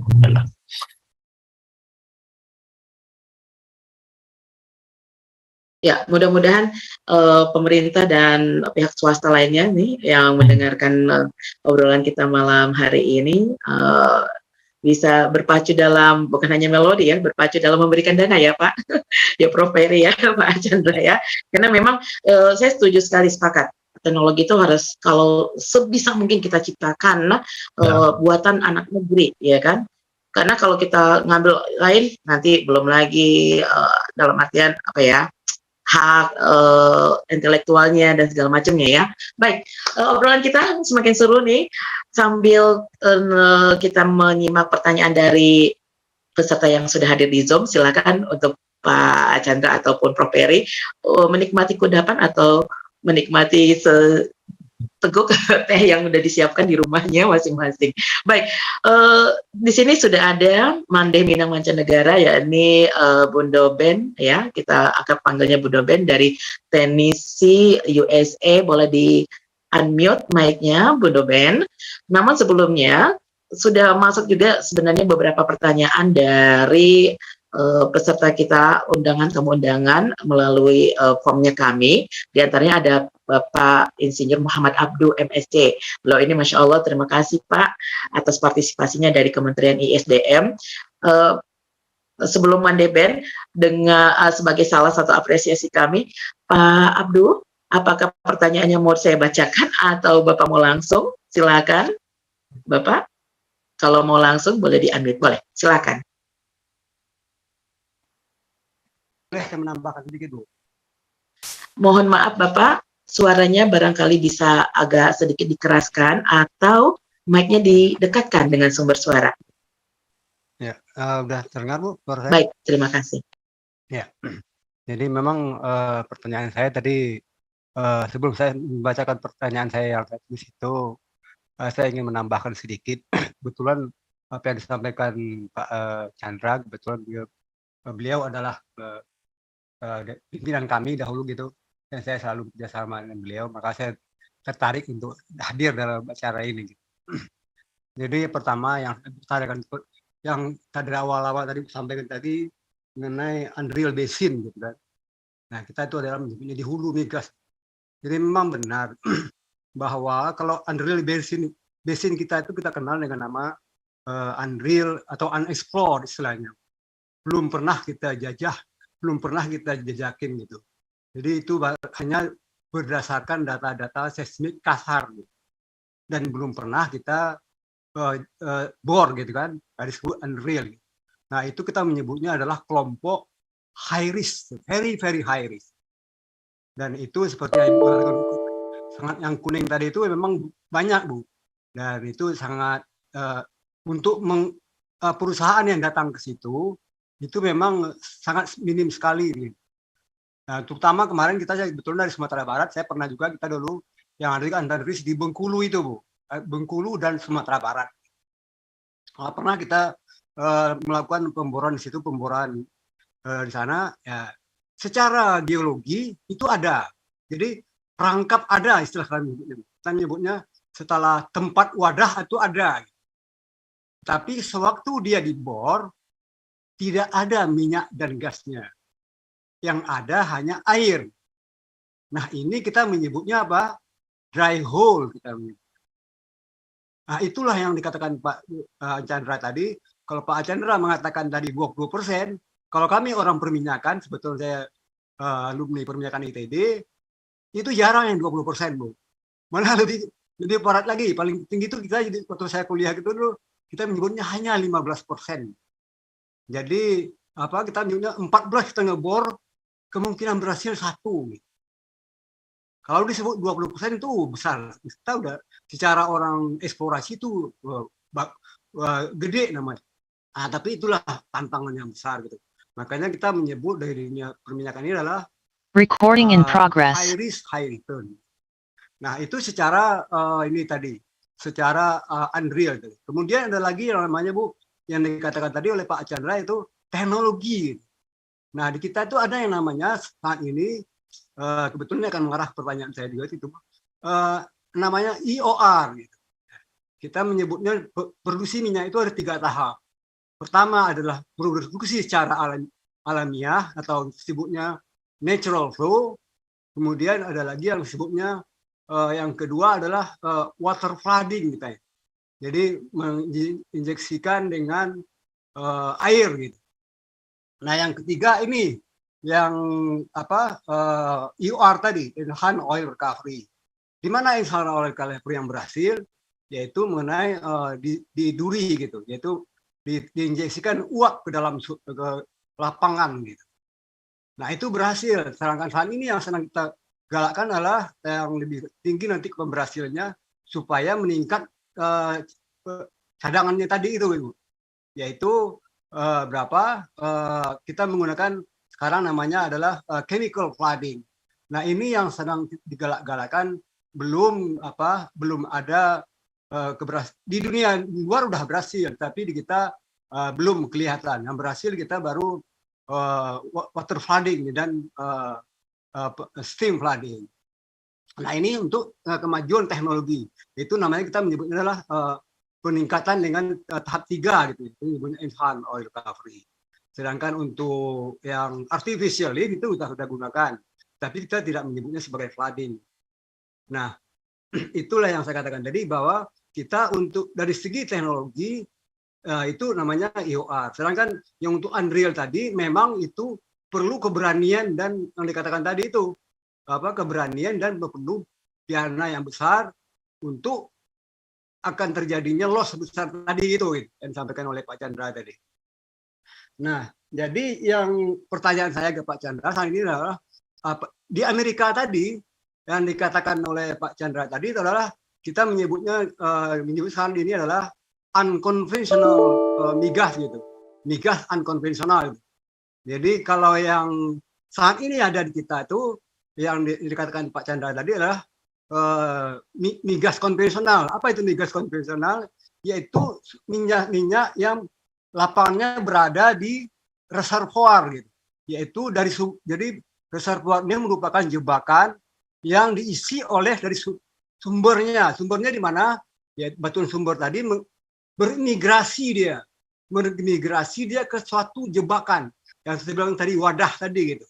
Nah, wadah inilah yang saat ini kita di Indonesia itu semua lapangan kita masih dalam jebakan tadi. Yang ada namanya batunya adalah batu pasir atau sandstone dan limestone atau batu lempung gitu. Nah, yang di Amerika yang dikatakan Pak Chandra tadi, yang saat ini kita akan kembangkan juga yaitu namanya adalah unconventional kita menyebutnya, yaitu shale oil atau gas oil gitu. Nah, apa itu shale? Shale ini adalah batuan sumber namanya. Jadi kalau kita mengatakan itu dapurnya gitu, tidak ada imigrasi. Jadi batuan sumber ini adalah tempat memasak biologi fuel tumbuh-tumbuhan yang mati tadi, masak di situ, mengalir dia kalau itu namanya konvensional. Nah, saat ini yang di Amerika yang berhasil tadi itu adalah di batuan sumber itu tidak ada, dia tidak bermigrasi, tetapi di sana sendiri langsung gitu. Nah, itu kita juga udah saat ini udah mengarah ke sana gitu, yang namanya kita sebut unconventional gitu. Nah, jadi memang saat ini kita di migas itu sudah membuat permennya ya, tentang unconventional ini gitu. Nah, kemudian pertanyaan saya ke Pak Chandra ini, karena beliau selalu punya inovasi-inovasi, apa saran Bapak untuk kemajuan pengembangan unconventional ini? Bukan unconventional saya, CO2 ya ini. Jadi ada nama lagi yang saya sebut tadi, IOR tadi. Jadi kita menyebutnya adalah CCS dan CCUS, yaitu Capture Carbon Storage atau Carbon Storage and Capture and Utility gitu, CCUS gitu. Nah, ini mungkin yang saya tanyakan ke Pak Chandra itu adalah mungkin saran beliau untuk kemajuan CCS ini dan CCUS, yaitu kalau di CCUS ini adalah yang berhubungan dengan IOR, yaitu akan digunakan nanti karbon yang kita tangkap ini akan digunakan sebagai CO2 gitu. Itu zat pendorong untuk menggerakkan minyak dari sumbernya ke sumur gitu. Bagian daripada IOR gitu, Pak. Itu pertanyaan saya. Terima kasih. Baik, Bapak Muhammad Abduh, luar biasa penjelasannya, menambah wawasan. Dan Dunsan Rana dan Rantau, kalau boleh Mela simpulkan, ibaratnya tuh kalau kita nyari minyak tuh gali gitu kan ya, wah ini pakai alatnya ada di sini, atau pas digali nggak ada gitu kan, ternyata dia main peta umpet, ya kan? Nah itulah yang menjadi tantangan juga ya Pak Chandra ya, karena nggak ketemu gitu kan ya. Baik Pak Chandra, tadi pertanyaannya adalah saran Pak Chandra terhadap penerapan teknologi CCS dan CCUS, di mana yaitu mohon maaf, pengurangan ya karbon dioksida seperti itu ya Pak ya, dan bagaimana pemanfaatannya. Kita tunggu Pak, jangan dulu jawab, silakan untuk Mandeh Minang Mancanegara, ya organisasi ataupun perkumpulan para mandeh-mandeh nih Pak Chandra ya, ibu-ibu Minangkabau yang berdarah Minangkabau di seluruh dunia. Halo, assalamualaikum Bundo Ben, Mandeh Ben dari USA. Waalaikumsalam warahmatullahi wabarakatuh. Terima kasih Mandeh Mela Nah, salam nih untuk Pak Chandra yang nggak asing lagi ya namanya disebut baik di sini maupun di Indonesia. Nah, begitu juga nih Pak Profesor Ferry. Saya ini bukan orang migas gitu ya, saya orang kimia, saya dosen kimia di UNAN dulu yang terdampar ke sini begitu ya. Ini semakin hangat, nih semakin malam semakin hangat. Saya tuh melihatnya, saya bukan orang migas ya Pak ya, saya melihatnya itu dari keseluruhan, karena di samping migas ini banyak sources yang lain begitu ya, seperti fosil tadi, nuklir kita belum punya, hydro, solar yang belum bisa kita handalkan. Kemudian nggak tahu kalau tadi itu belum saya dengar berapa persen support bagian dari migas terhadap keseluruhan energi di Indonesia yang kita hasilkan itu. Kemudian kalau kita berbicara tentang tadi udah banyak sekali ya, kita bicara tentang dekarbonisasi gitu ya, ini pembersihan fosil begitu. Kemudian hasil-hasil dari Amerika dibandingkan dengan Saudi, Rusia dan kita begitu ya.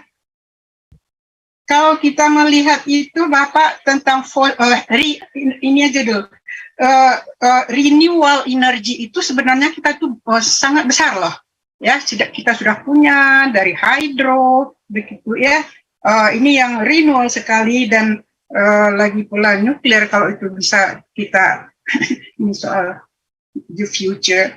Kemudian fosil ini juga sumber yang besar karena kita banyak menghasilkan coal itu ya, batu bara, dan bahkan kita sudah ekspor. Sekarang yang disentil orang di Amerika juga, Amerika sendiri itu belum juga percaya, masih menyatakan negatif, akan menutup fosil. No, ini problemnya itu cuma membersihkan saja gas yang keluar daripada waste hasil buangannya itu.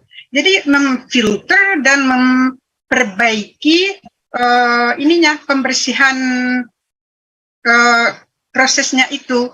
Yang di Amerika sekarang itu ya, kebetulan suami saya di TVA Pak Chandra, harusnya dia yang duduk di sini, kalian bilang nggak bisa bahasa Indonesia. Anyway, jadi ya kalau kita melihat tadi dari hasil, maaf saya bukan orang migas ya, kita kuat sekali dalam fosil ya, cuman kita harus memperbaiki lagi itu proses kita.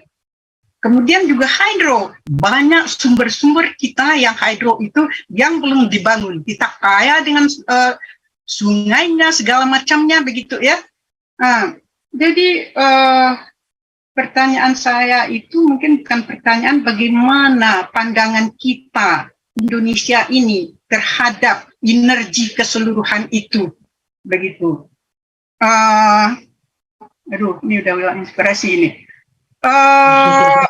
Ya, dan lagi juga kepada mahasiswa-mahasiswa misalnya ya, ini kesempatan dengan untuk memakai USAID loan itu, kenapa kita di Indonesia tidak memakaikannya? Saya heran dulu begitu. Sejak lama kami itu mengencourage begitu, tetapi itu sebenarnya itu hibah gitu ya, mungkin pokoknya itu besar. Kalau kita mau sesuatu itu, kita seperti Bapak bilang tadi, jangan kita memakai tenaga orang asing itu, mereka akan diktekan. Tetapi kita minta, kalau kita memakai tenaga orang asing itu, kita harus tahu apa yang kita minta, apa yang kita harapkan. Dengan di sana perjanjiannya begitu kan. Juga dengan USAID. Well, jadi iya, barangkali kalau di wrap up aja informasi yang saya sampaikan itu, apakah Pak Chandra bisa menanggapi apa yang saya maksudkan itu Pak Chandra? Sebenarnya ini banyak, kita harus menyambung ini Pak Chandra, harus serius menanggapi ini. Barangkali ya kita bisa bikin proyek-proyek juga untuk masa depan gitu. Begitu saja. Terima kasih. Banyak sekali sebenarnya yang tadi dicatat. Iya, benar-benar, karena ini menyangkut hidup dan kehidupan bangsa dan negara ya, Mandeben. Ya, terima kasih. Insya Allah dipahami oleh Pak Archandra. Ya, silakan nih pertanyaan dari Mandebeng untuk Pak Archandra dan Prof. Heri nih related ya. Silakan untuk pertanyaan dari Pak Abdul tadi, Pak Archandra. Silakan.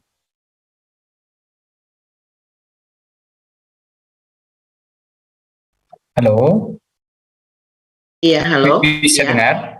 Iya, bisa. Oke, baik. Saya jawab dari Tennessee dulu, Bu Ben ya. Energy mix Indonesia ya, energy mix Indonesia itu kalau saya nggak salah ya, renewable itu baru sekitar 8-9%, 8 atau 9% lah, kalau dari total ya. Batu bara itu sekitar 50% ya. Sisanya itu adalah oil atau BBM plus gas bumi mungkin sekitar 25%, sisanya tuh oil ya. Disitulah energy mix Indonesia. Kemudian kalau kita bicara berapa potensi renewable energy di Indonesia, apakah besar, ini kita masih berdebat ya. Kenapa?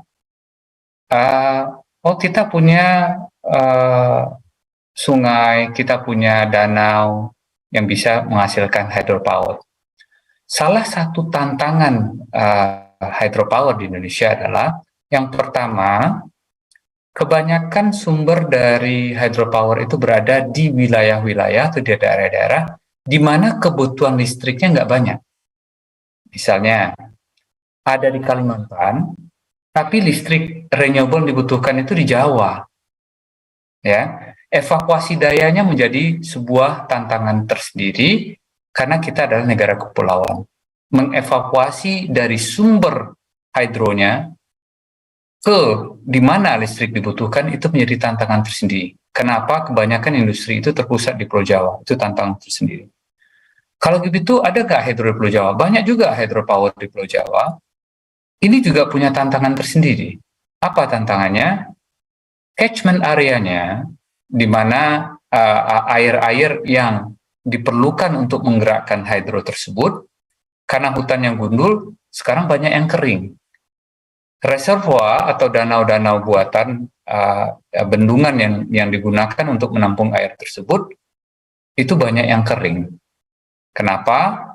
Karena catchment areanya, hutan-hutannya banyak digundul. Nah, ini menjadi tantangan tersendiri juga.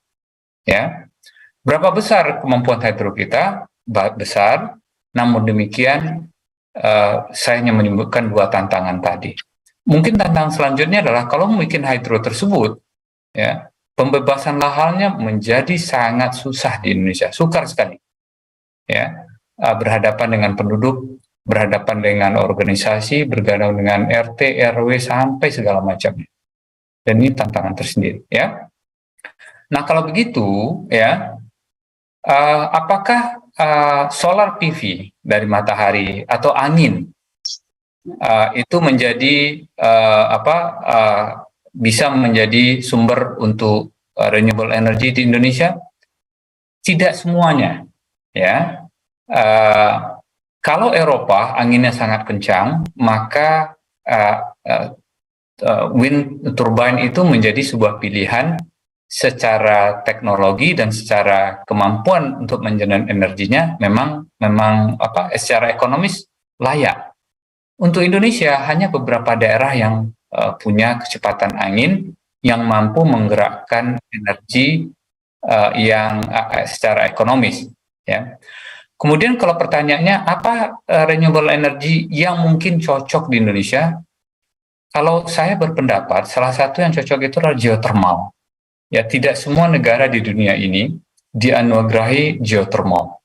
Sementara Indonesia punya Ring of Fire sebagai negara yang berada di Ring of Fire dan punya potensi untuk pengembangan geothermal yang lebih besar.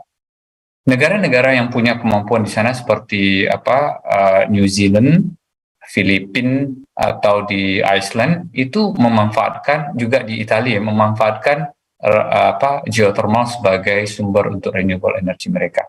ya. Di Jawa kita punya geothermal, di Sumatera punya, di Sulawesi punya. Jadi banyak tempat yang di Sumatera Barat kita juga punya, di Muaro Labuh ada geothermal, mungkin kapasitas sekitar berapa ya, 70 megawatt ya. Nah, dan ini sedang dikembangkan juga. Jadi ini mungkin yang bisa saya jawab dari sisi energy mix ya.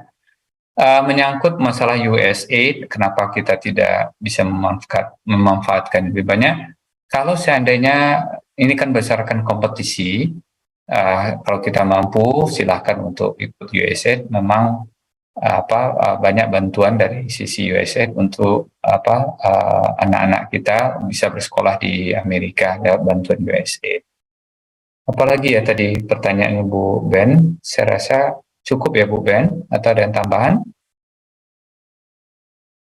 Ya, tentang loan atau Mungkin beasiswa kita tadi ya. bersambung aja nanti lagi Bapak. Mungkin di luar ini kita mungkin harus keep in touch. Dan Insya Allah, Manda Ben, nanti Radio Gebu Minang akan membuat kembali ke depannya lebih intens, sehingga ini bisa kita sosialisasikan terus-menerus ke masyarakat.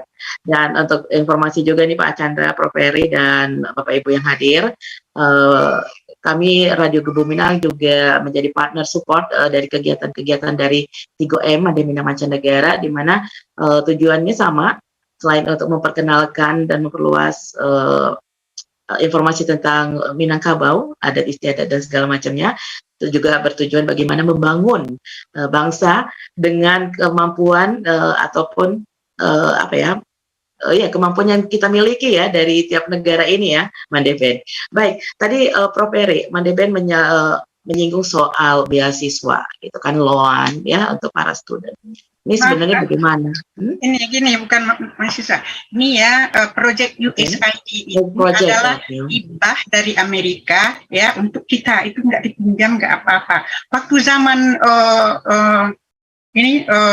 Presiden siapa dulu waktu Hillary jadi sekretaris gitu ya, Obama, masa lupa Obama.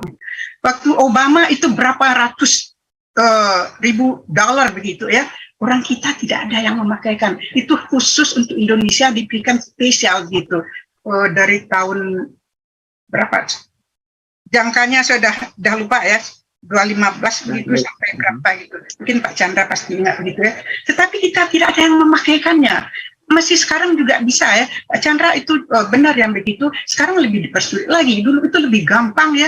I don't know why. Orang kita Indonesia apa gengsi atau apa, atau kita tidak sanggup begitu ya, atau karena ya tidak bisa. Oke, sorry nggak bisa meneruskan ya. Karena kita tuh ingin dia ini mungkin dengan Pak Chandra kita nanti bisa kerjasama Pak Chandra. Itu bisa saja. Ya mungkin kita harus keep in touch di luar gini Pak Chandra. Kita harus membangun negeri kita dan memanfaatkan apa yang sudah ada ini. Orang Pakistan aja yang itu, sudah sampai sekarang udah lebih 30 tahun dia memperpanjang USAID bukan hibah itu, USAID project. Itu tergantung kitanya, aktifnya. Itu besar sekali manfaatnya. Jadi mungkin ini ya saya dengan Pak Chandra mungkin ini bisa nyambung nanti begitu insya Allah. Ya. Terima kasih. Terima kasih Mandeben.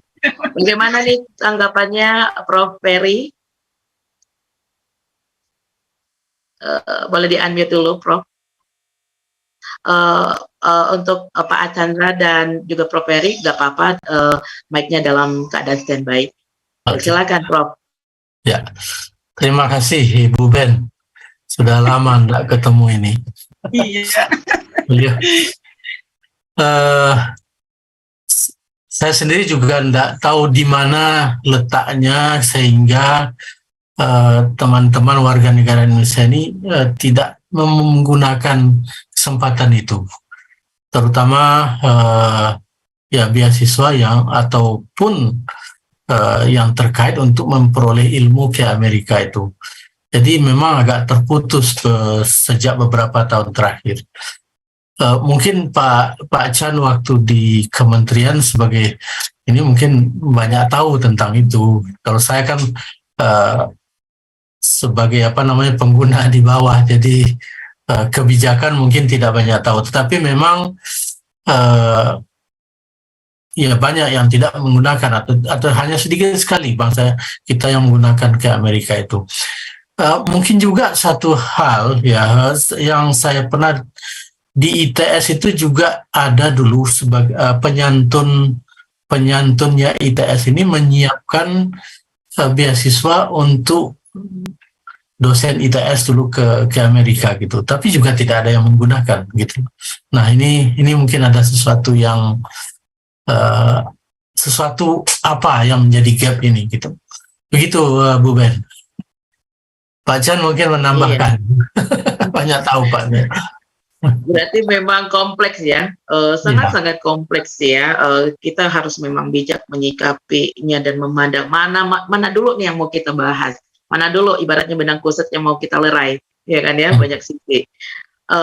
Baik Pak Archan, boleh nanti ditanggapi sedikit yang tadi disampaikan oleh Prof. Heri, dan juga ini tentang pertanyaan Pak Abdul yang memanfaatkan atau mengurangi emisi karbodioksida itu. Baik ya, saya mau jawab yang mengenai USA, mungkin terpisah aja kenapa gitu ya. Nanti kalau boleh nanti aja dijawab ya, karena panjang nanti ceritanya. Ya, baik saya akan jawab. Yang inilah, yang CCUS dan CCS ini pertanyaan yang sangat susah. Pak Abdul nanyanya ini nggak gampang untuk jawab, tapi saya coba jawab. Mungkin nanti banyak perdebatan di sini ya. Apa beda dengan CCUS dengan CCS? CCS itu kira-kira carbon capture. Kita capture itu karbon, kemudian kita simpan. Ya, kalau CCUS ada U-nya, ada utilisasinya. Karbonnya kita capture, kita gunakan, kemudian baru kita simpan. Ya, nah, yang saya tahu, CCUS project ini di awal tahun 2000-an itu Amerika sangat menggebu-gebu. Ya, kenapa? Karena waktu itu memang kebutuhan akan pengurangan emisi gas buang yang berasal dari gas metan dan CO2 sudah harus dikurangi agar climate change yang sedang terjadi itu bisa kita mitigasi ya. Namun demikian awal tahun 2000 sangat menggebu-gebu, mungkin setelah itu 5-10 tahun itu diam, tenang aja ya, nggak banyak yang di Senat pun di Amerika juga dukungannya, dana segala macam itu berkurang. Kenapa? Yang pertama adalah teknologinya, yang kedua adalah mahal. Ya, kita akan mengcapture dari CO2 yang dihasilkan dari operational oil and gas maupun CO2 yang dihasilkan dari pembangkit listrik dari batu bara misalnya. Ya. Namun demikian Amerika terus mencoba. Dengan mencoba ini dan Amerika juga diuntungkan dari storage-nya itu dari sisi geologik formasi yang banyak ruang-ruang kosong yang ada di bawah tanah sana, sehingga mereka bisa capture CO2-nya, kemudian mereka store tanpa utilisasi. Kemudian di West Texas dan di Colorado ternyata itu digunakan untuk enhance oil recovery CO2 tadi. Ya, jadi CO2 diinjek ke dalam reservoir sehingga oil atau gas yang sebelumnya tidak terambil dengan teknologi konvensional sekarang bisa diambil dengan enhanced oil recovery dengan memanfaatkan CO2 yang kita tangkap tadi. Namun demikian cost-nya menjadi sangat mahal. Nah, kalau bertanya terhadap Indonesia, gimana dengan Indonesia? Mari kita lihat di mana CO2 injection di dunia yang berhasil. Itu pertanyaan pertama. Pertanyaan kedua, di mana CO2 storage itu yang berhasil? Ya. Nah, ini dua hal ini Amerika dua-duanya berhasil. Ya. Nggak banyak di dunia ini enhanced oil recovery yang berhasil menggunakan CO2, nggak banyak. Dan tidak gampang juga. Oh, orang mengatakan, oh mari kita coba ini CO2. Belum tentu berhasil. Dan disinilah tantangan yang dimakan dengan enhanced oil recovery yang ingin mengambil lebih dari oil yang masih tersisa di reservoir sana. Ya. Nah, tantangannya apakah di Indonesia CCS CCUS itu bisa apa tidak? Ini yang masih menjadi bahan perdebatan. Nah, mari kita lihat kalau kita di sisi pembangkit listrik. Pembangkit listrik ya. Kalau kita ingin pembangkit listrik yang lebih bersih untuk PLTU, pembangkit listrik tenaga uap yang berbahan bakar batu bara, kalau rata-rata sekarang ya pembangkit PLTU itu cost-nya itu biayanya itu sekitar 6 cents per kilowatt hour. 6 cents itu berapa ya? Sekitar 900 rupiah per kilowatt hour kalau batu bara. Nah, digunakan teknologi yang bersih, misalnya kita capture kalau kita capture NOx ya, yang berasal dari ya, nitrogen oksidanya, itu menambah cost-nya 1 cents per kilowatt hour. Jadi dari 6 sen jadi 7 sen sekarang. Kemudian SOx-nya ya, yang dari sulfur, kalau kita mau tangkap juga bersihin, itu nambah 1 cents lagi. Kalau kita menambah dengan particulates, ya, kita tangkap juga, itu nambah 1 sen. Jadi dari 6 sen sekarang sudah menjadi 9 sen. Kalau kita menggunakan CCS, Carbon Capture Storage, CO2-nya kita mau capture juga, maka nambah 2 sen. Jadi dari 6 sen sekarang, biaya listriknya jatuh jadi 11 sen. 11 sen itu sekarang mungkin berapa ya? 1.600 rupiah per kilowatt hour. Nah, persoalannya di Indonesia, kalau kita ingin CCUS untuk kelistrikan, maka bisa jadi ongkos kelistrikannya kita naik. Kalau ongkos kelistrikan naik, ada dua hal, bisa lewat subsidi oleh pemerintah atau rakyat tidak mampu beli listrik yang disediakan. Nah, bagaimana dengan CCS yang kita terapkan, CCS untuk oil and gas, di hulu migas? Banyak usaha dilakukan sampai hari ini memanfaatkan CO2 yang ada. Mungkin ada beberapa proyek yang dulu dari zaman saya di kementerian juga saya juga melihatnya. Tapi tantangannya adalah mahal, akan menaikkan ongkos produksi, dan tingkat keberhasilannya kalau CO2 injection juga sangat rendah. Ya, hanya ada beberapa proyek CO2 di dunia ini yang berhasil. Itu jawaban untuk Pak Abduh. Apalagi ya, cukup ya Pak Abduh Huda sama Bu Ben sudah. Terima kasih. Ben sudah. Ya, terima kasih. Dan memang kalau untuk membahas soal yang sensitif ini, kita memang harus fokus ya Pak Archandra, biar tidak terjadi misunderstanding sepertinya seperti itu ya. Baik, udah Adi, ada pertanyaan yang masuk melalui WhatsApp. Barangkali boleh dilihat sambil dicek-cek. Dan ini ada Pak Dimas nih, Insinyur Dimas Joko MT dari Pertamina. Nih, selamat datang, terima kasih sudah hadir. Juga sudah mengirimkan pertanyaan, strategi terbaik bagi pemangku kepentingan atau regulator terkait eksplorasi dan produksi bagi NKRI itu seperti apa sih Pak? Nah, saya jadi teringat juga nih ya, untuk perbandingan. Di Saudi Arabia ini, yang saya perhatikan ya, dan juga obrolan dari orang yang sudah lama tinggal di sini, itu harga dari ujung ke ujung, ibaratnya ya, kalau kita Sabang Merauke itu sama, kecuali misalnya dalam perjalanan kota, luar kota, seperti itu ada kenaikan sekitar 0,2 lah, nggak banyak juga, tetapi itu pun sama, seragam. Intinya ada keseragaman harga, gitu kan ya, dan tidak ada penjual eceran. Nah, apakah konsep seperti itu bisa juga kita terapkan ya, berkaitan dengan regulator tadi?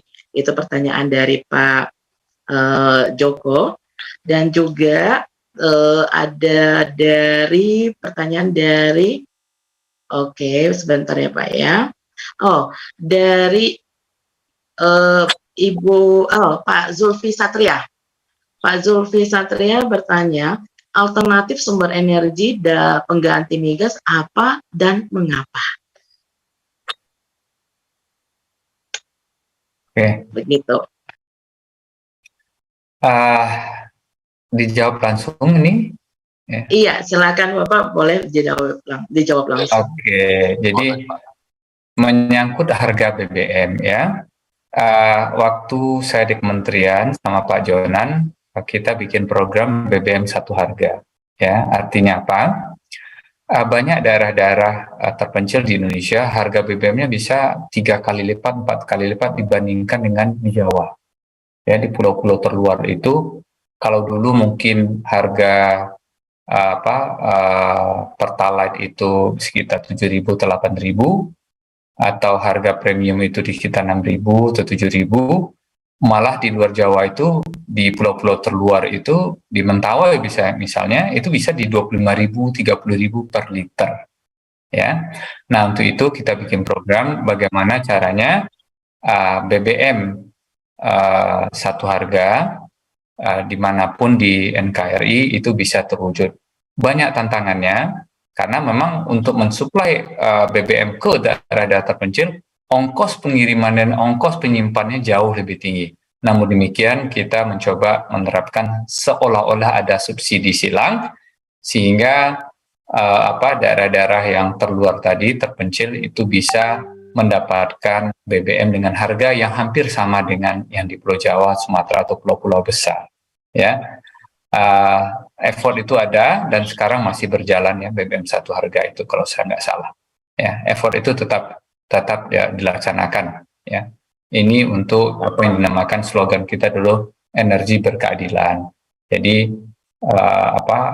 rakyat Indonesia yang berada di pulau-pulau terluar, daerah terpencil, tertinggal dan lain-lain itu bisa menikmati BBM seperti rakyat yang ada di Pulau Jawa.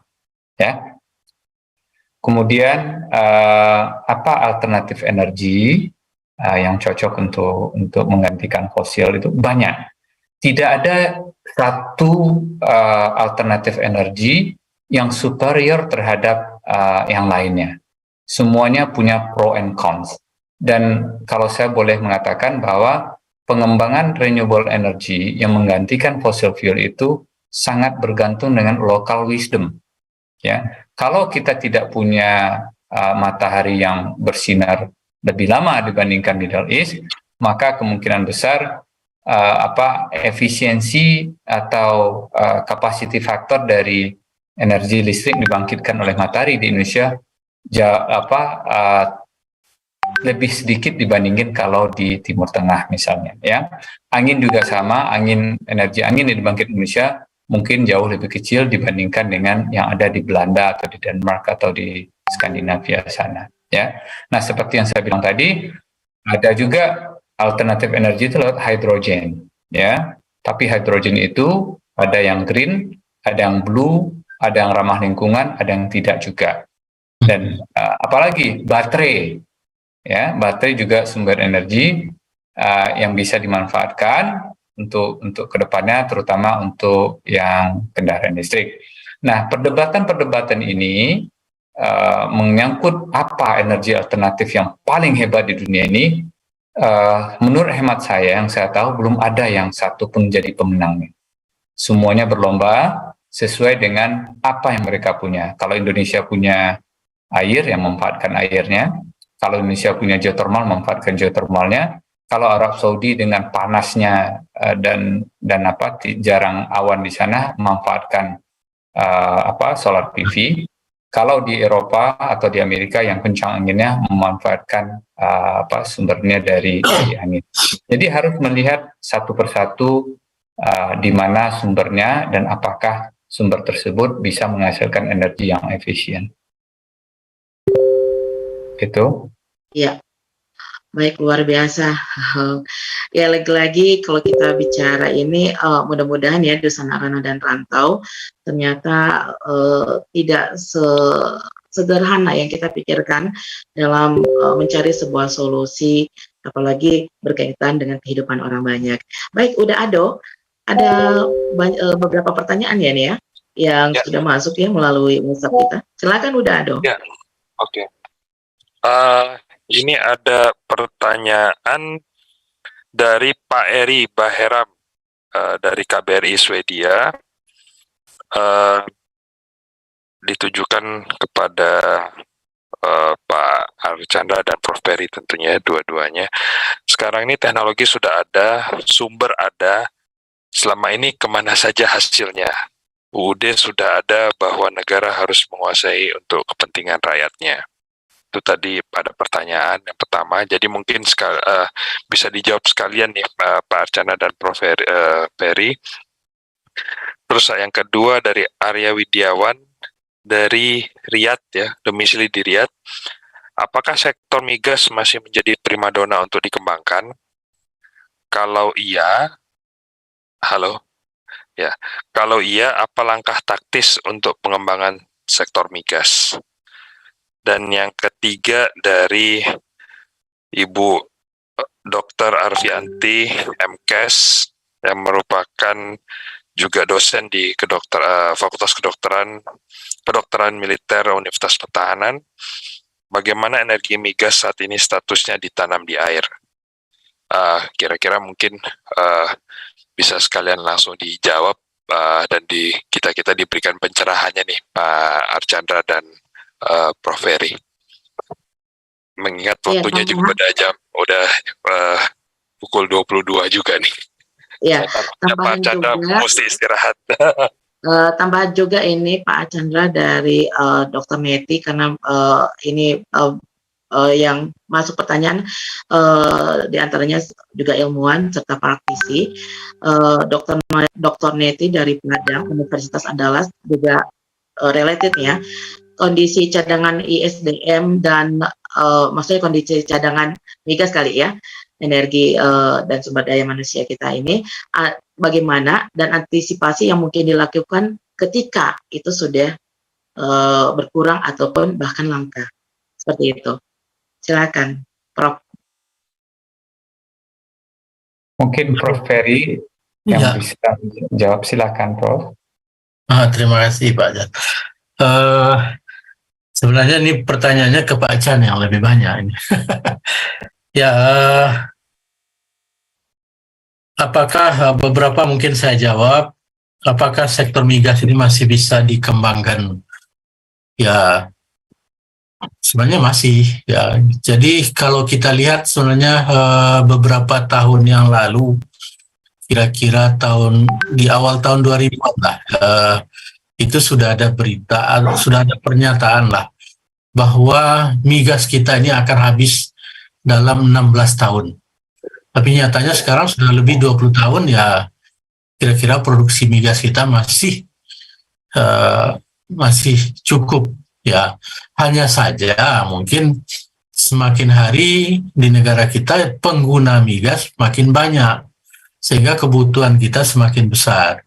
Makanya kita menjadi importir, saya kira begitu. Ya tentunya yang harus kita kembangkan untuk sektor migas ini adalah apa yang belum ada selama ini. Jadi kalau dulu industri migas itu dia dengan mudah dapat mengambil minyak dari perut bumi. Tapi sekarang kan karena sebagian sudah diambil, tidak semudah itu.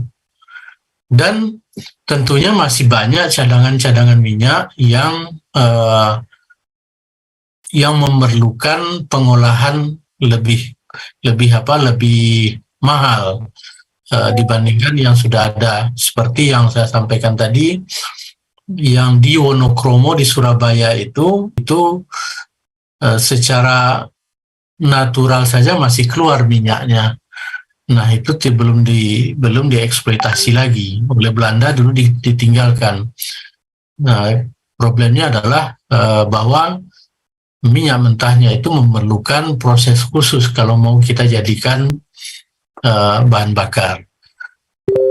Nah ini tentunya sesi-sesi itulah yang akan kita kembangkan. Gitu. Ya. Mungkin yang lain ini Pak Chan yang lebih pas menjawabnya. Silakan Pak Chan. Yang mana nih Prof yang harus dijawab? Yang tadi dijawab. Yang mana yang lebih spesifik? Yang mana kira-kira? Paling Ya. yang ini Pak Archan tentang apakah migas ini masih jadi primadona, ya kan ya? Terus angka Oke. taktis dan statusnya bagaimana? Karena kalau kita Ya. bicara status berarti kan bicara kedaulatan ya Pak ya, kedaulatan Oke. migas kita di negeri sendiri. Karena itu sesuai dengan komentar ataupun pandangan dari pendengar kita di YouTube dari Ibu Zuarti Yatim, mengatakan kedaulatan energi adalah mutlak demi masa depan bangsa. Kalau dulu ada swasembada beras Indonesia, kenapa sekarang? Dan kayaknya harus perlu nih swasembada energi. Seperti itu Pak Chandra. Baik. Bagaimana masa depan Migas. migas di dunia? Nah, kita bicara di dunia dulu ya. Kalau datanya seperti ini, sebelum pandemi, kebutuhan minyak dunia itu, seluruh dunia itu 100 juta barrel. Ya, 100 juta barrel. Jadi gampangnya 100 juta kebutuhan dunia ini. Sewaktu pandemi, nggak ada aktivitas, orang mengatakan bahwa, oh, ini kebutuhan migas akan berkurang banyak. Ya, kemudian harganya waktu itu sempat di bawah nol malah. Negatif harga berapa jam gitu ya. Dan orang berkesimpulan inilah akhir atau saatnya energi fosil menemui ajalnya. Ya. Nah, mari kita lihat ya, mari kita lihat statistiknya. Tahun 2019 sebelum pandemi 100 juta, ternyata saat pandemi 2020 kebutuhan minyak dunia itu 90 juta, hanya turun 10% saja. Ya. Padahal waktu itu orang sudah sangat optimis sekali. Ini kita mampu ini untuk tidak lagi menggunakan energi fosil. Ternyata tidak, cuma turun 10%. Tahun 2021 pada saat vaksin sudah ada dan tahun 2022 kemarin bukan malah turun tapi naik seperti 2019. Kita udah kembali di 100 juta barrel dan 2022 naik lagi 101 juta, 102 juta barrel per day. Diperkirakan menurut OPEC, tahun 2040 itu naik di sekitar 110 juta barrel per day. Ya, jadi di 20 tahun sekarang energi oil itu masih sekitar 110 juta barrel. Nah, orang bertanya, loh, gimana dengan kendaraan listrik? Apakah kendaraan listrik tidak mereplace kebutuhan manusia akan oil atau BBM? Iya. Menurut data yang saya punya lewat Wood Mackenzie, tahun 2035-2040 itu kendaraan listrik hanya mampu menggantikan sekitar 6 juta barrel saja. Jadi kalau naiknya 10 juta dari sekarang, 6 juta hanya mampu digantikan oleh kendaraan listrik. Sisanya masih naik. Jadi masa depan oil and gas itu sampai 2040-2050 menurut data dan statistik itu masih besar. Persoalannya sekarang bagaimana strategi perusahaan-perusahaan minyak Eropa yang sudah beralih ke renewable dan kita menjadi saksi 2020. Harga energi menjadi sangat mahal di Eropa karena krisis. Lapangan-lapangan migas yang ada di North Sea sana yang harus dirawat agar produksinya tidak turun, itu terabaikan. Tahun 2023 ini baru dilirik kembali, investasi yang dulunya ditahan atau dikurangi untuk oil and gas, sekarang sudah kelihatannya naik dibandingin tahun 2022 untuk 2023 ini. Mulai sadar bahwa renewable energy belum sepenuhnya mampu untuk memenuhi kebutuhan umat manusia akan energi. Belum. Ya, kita masih punya masa transisi 20-30 tahun ke depan, di mana pada saat itu kebutuhan manusia akan fossil fuel masih tetap tinggi. Ada setelah itu diprediksi akan turun, kemungkinan iya. Tapi untuk petrochemical, ya, bukan untuk BBM, untuk petrochemical yang di baju kita itu banyak polyester, komputer, mobil listrik dan lain-lain, itu kebanyakan adalah bahan-bahannya berasal dari petrochemical yang berasal dari oil and gas. Jadi walaupun dari sisi BBM itu berkurang, Tapi dari sisi petrochemical, ya, petrokimia masih membutuhkan gas dan oil sebagai bahan bakunya. Jadi bagi adik-adik atau bapak ibu yang punya anak yang bersekolah di fossil fuel, menurut statistik dan data 20-30 tahun yang akan datang, energi ini masih dibutuhkan. Itu kira-kira data terhadap sektor migas. Bagaimana Indonesia? Tanpa pengecualian juga sama. Bahwa sektor migas masih dibutuhkan, ya. Mungkin fosil yang lebih general karena apa? Termasuk batu bara di situ. Kelihatan 20-30 yang akan datang itu masih dibutuhkan. Itu kira-kira prospeknya. Nah, bagaimana ada pertanyaan migas ditanam di air? Kira-kira seperti apa ya, Bu? Pertanyaannya bisa di-elaborate sedikit. Maksudnya apa ya, migas ditanam di air? Mungkin tanah air itu. Ngetik tipe bahasanya.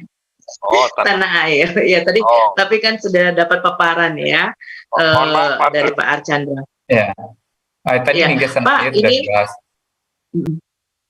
Iya, Pak Archandra, berkenan ya sedikit aja lagi waktunya ditambah ya Pak, karena kita bentuk apresiasi masyarakat Indonesia karena pendengar kita ini tidak hanya nasional tetapi juga luar negeri gitu kan ya, dan ada yang mau menelepon nih langsung. Masyarakat ibaratnya mau curhat kali ya, curhat dong Pak, gitu, seperti itu kali ya. Baik, silakan operator kita udah Azbi yang masuk melalui telepon, barangkali sudah bisa di-on-kan. Mungkin perlu waktu jeda ya Pak ya, karena ada delay dan segala macamnya. Ya, sambil menunggu nih ya, nanti langsung aja penelponnya bersuara. Dan udah Azmi mohon bantuannya supaya lebih efektif. Ini Pak Archandra, tantangan tadi ya teknologi, kita kalau bicara toolsnya itu teknologi ya kan, terus kalau bicara dana ya kan, terus bicara SDM-nya ini kita singgung tentang pendidikan ya kan ya, baik itu sistem pendidikan, terus lembaganya dan segala macamnya. Nah, ada yang satu nih selalu tuh bilang mental. Nah, mental bangsa Indonesia kita ini nih seperti apa sih gitu kan ya. Dan nanti sebagai penutup pertanyaan dari Bu Arini ya Bu, mohon sabar ya Bu, insya Allah pahalanya banyak ntar. Ya, mentalnya bangsa Indonesia. Karena gini Pak, sambil menunggu nih ya Pak ya penelpon kita. Saya ingat di tahun 1994 di ulang tahun Pertamina ke-34, saya itu menang lomba karya tulis juara 1 tuh Pak, pas kelas 5 SD tentang bersepeda menghemat BBM. Nah, disuruh tuh lomba temanya itu penghematan BBM, hemat BBM. Nah, saat itu kan tahun-tahun 94 itu lagi naik-naik daunnya ya. Cuman di situ alhamdulillah saya besar di lingkungan Pertamina gitu, dalam artian ada doktrin ataupun tanda kutip ya kurikulum, kalau kita bicara kurikulum, bahwa di mindset kita itu satu sisi kita itu bangga dengan potensi yang luar biasa yang dimiliki, yakni saat itu adalah migas dan sebagai pengekspor migas, dan Pertamina juga masa-masa jayanya lah ibaratnya seperti itu. Dan juga di satu sisi mindsetnya adalah kita ditanamkan, terutama kami ini generasi muda, gimana nih, apa yang mau kalian lakukan, rencana apa gitu kan, pemikiran seperti apa supaya BBM kita ini tetap hemat dan kita bisa keberlangsungan pembangunan kita ini bisa berjalan jangka panjang. Nah, apakah mindset seperti itu juga masih ada nih, terutama untuk Propere nih juga ya kan, ditanamkan gitu kan, mau secara langsung maupun tidak langsung ke masyarakat Indonesia. Baik, udah Azbi, sudah ada yang nelpon? Halo? Belum ada, ya terputus sepertinya. Ya, barangkali itu Prof. Ferry dan Pak Archandra ada tanggapan nggak dengan apa yang baru saya sampaikan?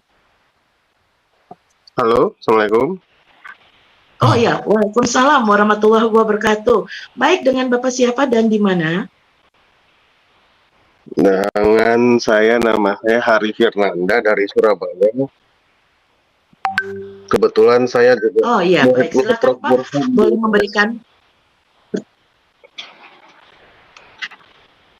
Baik, barangkali suaranya agak dikeras sedikit Pak. Iya, jadi saya pengen menanyakan mengenai masalah blok rokan yang ada pada saat ini. Saya lihat ketika dulu K3S dikelola oleh K3S, itu saya melihatnya produksi yang ada di blok rokan itu sangat tinggi. Nah, ketika sekarang dikelola oleh perusahaan negara, kenapa kok bisa turun sangat jauh gitu ya? Sedangkan investasi yang dilakukan pada saat ini, infonya yang saya dapat, pengetahuan saya itu sampai ada drilling 400 sumur bor minyak gitu. Tapi dari hasil yang didapatkan tidak setimpal dengan apa yang telah diinvestasikan. Jadi kalau saya bilang tidak ekonomis seperti itu, Bapak. Nah, tadi sempat ada Bapak yang membicarakan bahwasanya dulu pernah ada ewar di blok rokan, itu saya sangat setuju. Zaman dulu masih K3S-nya masih PT Chevron, setahu saya dulu ewar ini sangat memaksimalkan produksi yang ada. Nah, kenapa pada saat ini ketika sudah dikelola oleh Pertamina, ewar yang menjadi aset yang turun sekarang itu di Pertaminanya tidak dimanfaatkan dengan maksimal gitu. Itu yang saya masih bingung. Mungkin Pak Archandra, mungkin Prof Burhan mengetahui bagaimana kenapa seperti itu, kenapa hasilnya makin menurun gitu. Karena waktu saya dulu berkuliah di ITS, saya sempat pernah melakukan studi di ewarnya sendiri untuk efisiensi water injection pumpnya sendiri. Itu sangat bagus waktu itu. Nah, itu sangat mendukung untuk menaikkan produksi yang ada di Pematang GS waktu itu, di area Bekasap juga.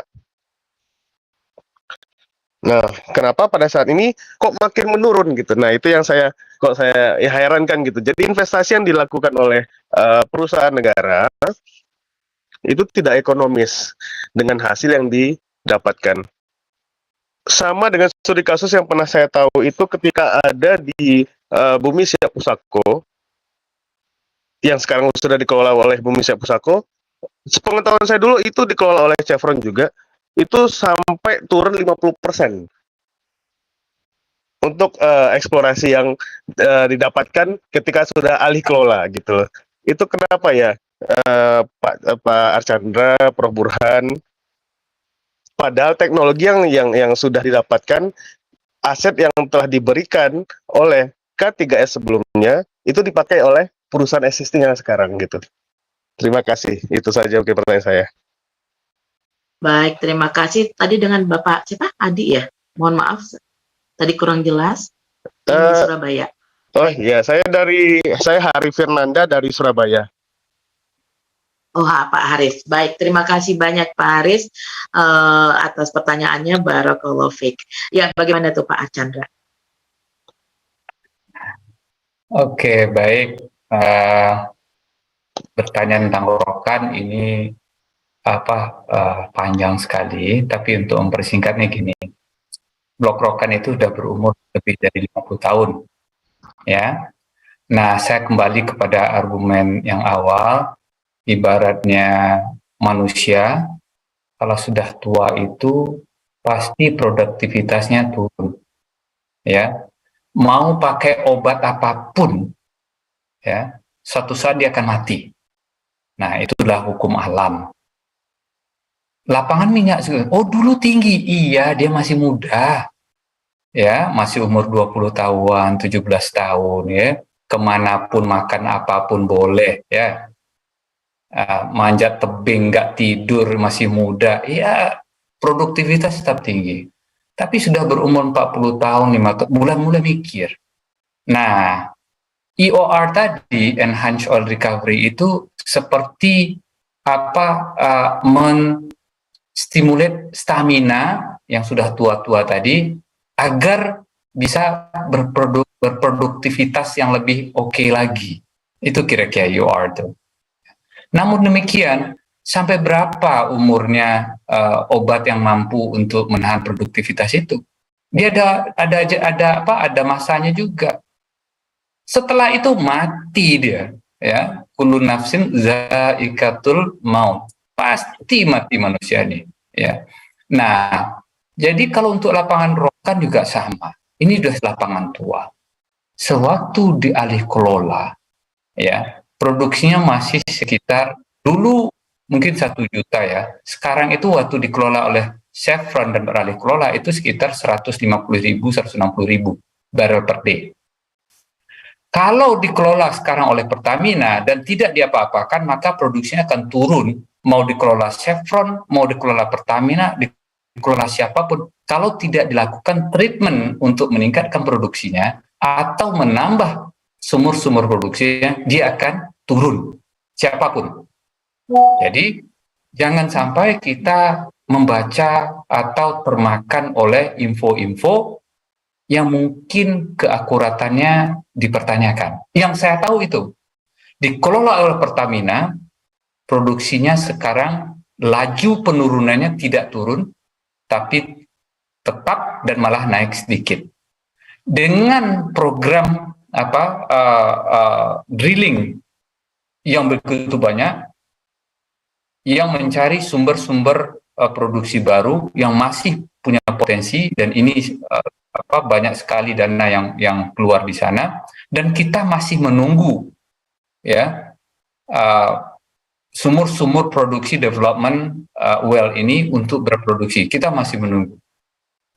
Adalah tidak bijaksana mengatakan bahwa setelah jor-joran di situ tidak ada hasilnya. Alih kelolanya baru tahun berapa ya? 2021 atau 2021 kalau nggak salah. Ya. Dan ini baru dikelola oleh Pertamina baru 1 tahun atau 2 tahun. Dan anggaran untuk menambah sumur-sumurnya sangat besar sekali, dan sudah ada tampak hasilnya bahwa laju declining rate-nya itu berhasil ditahan, dan bahkan produksinya bisa ditahan di angka 150-160 ribu barrel per day.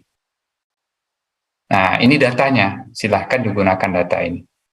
Pertanyaan selanjutnya, IOR sudah ada dulunya? Iya, sekarang masih ada IOR. Kalau kita bisa mengatakan steam flooding, ya, water injection itu bagian dari secondary oil treatment, ya, oil production, itu masih yang sedang dikembangkan waktu itu di akhir-akhir adalah IOR jenis tertiary yang ketiga,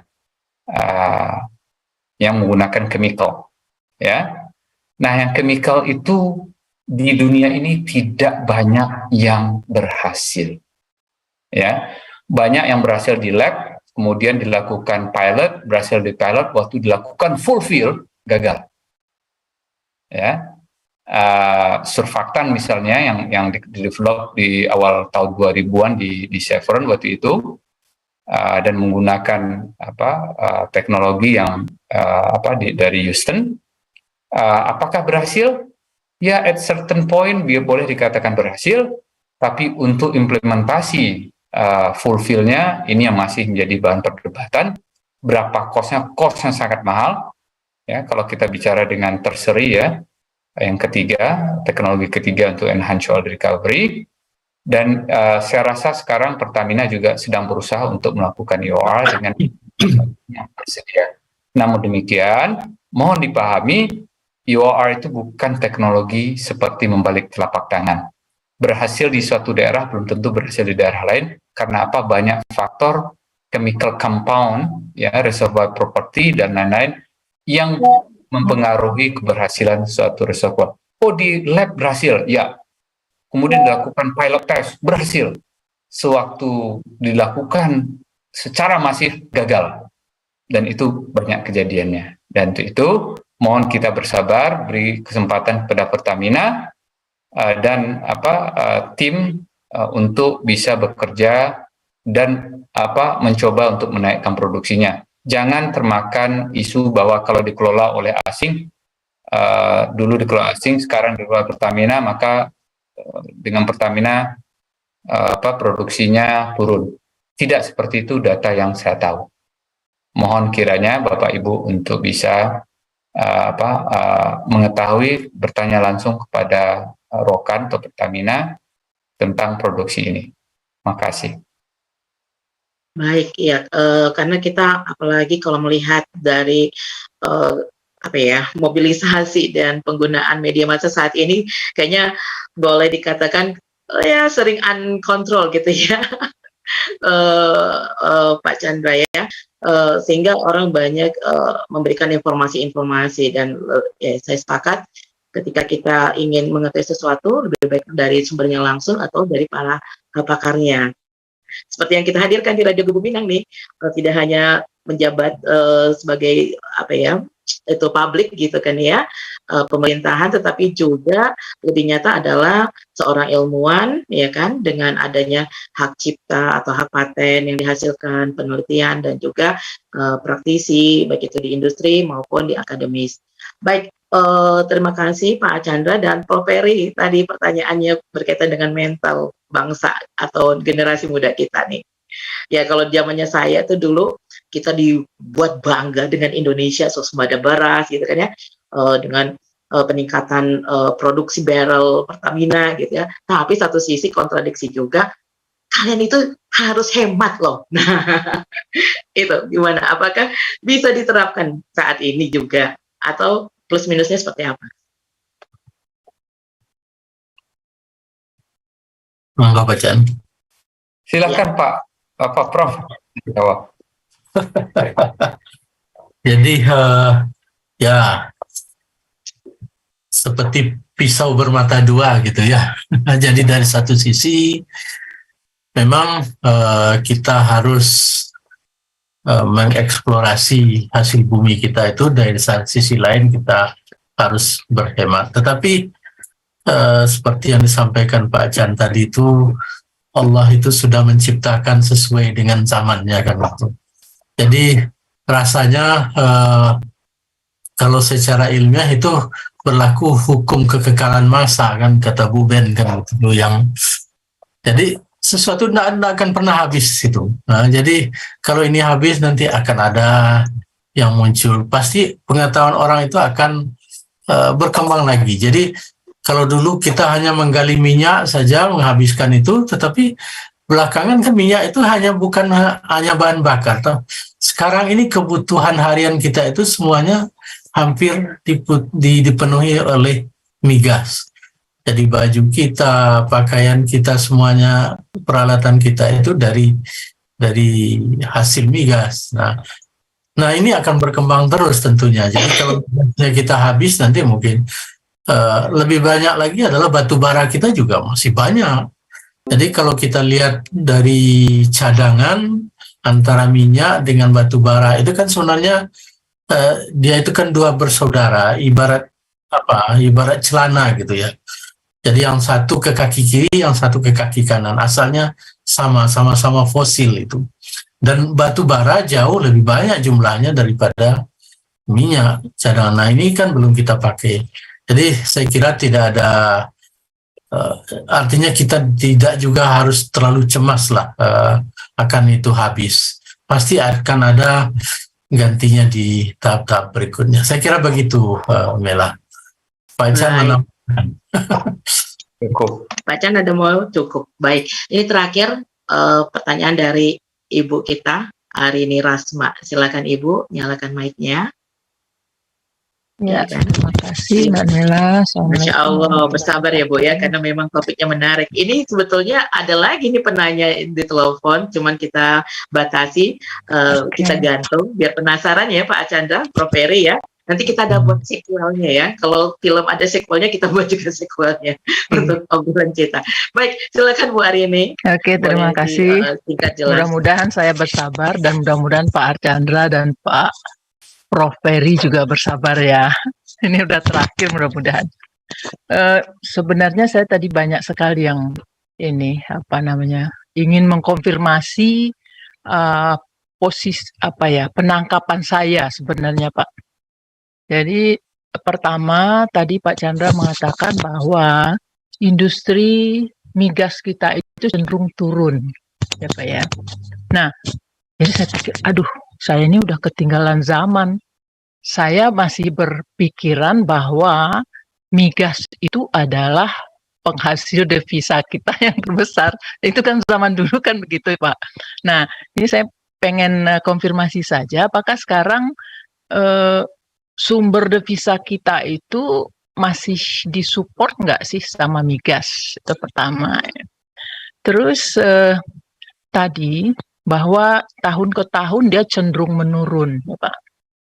Nah, kira-kira ada nggak ya Pak kajian atau apa riset lah ya untuk melakukan estimasi, walaupun tadi Prof. Ferry mengatakan Tuhan itu pasti ada ini ya, sesuatu yang hilang itu pasti akan digantikan dengan yang sesuatu yang lebih oleh Allah ya.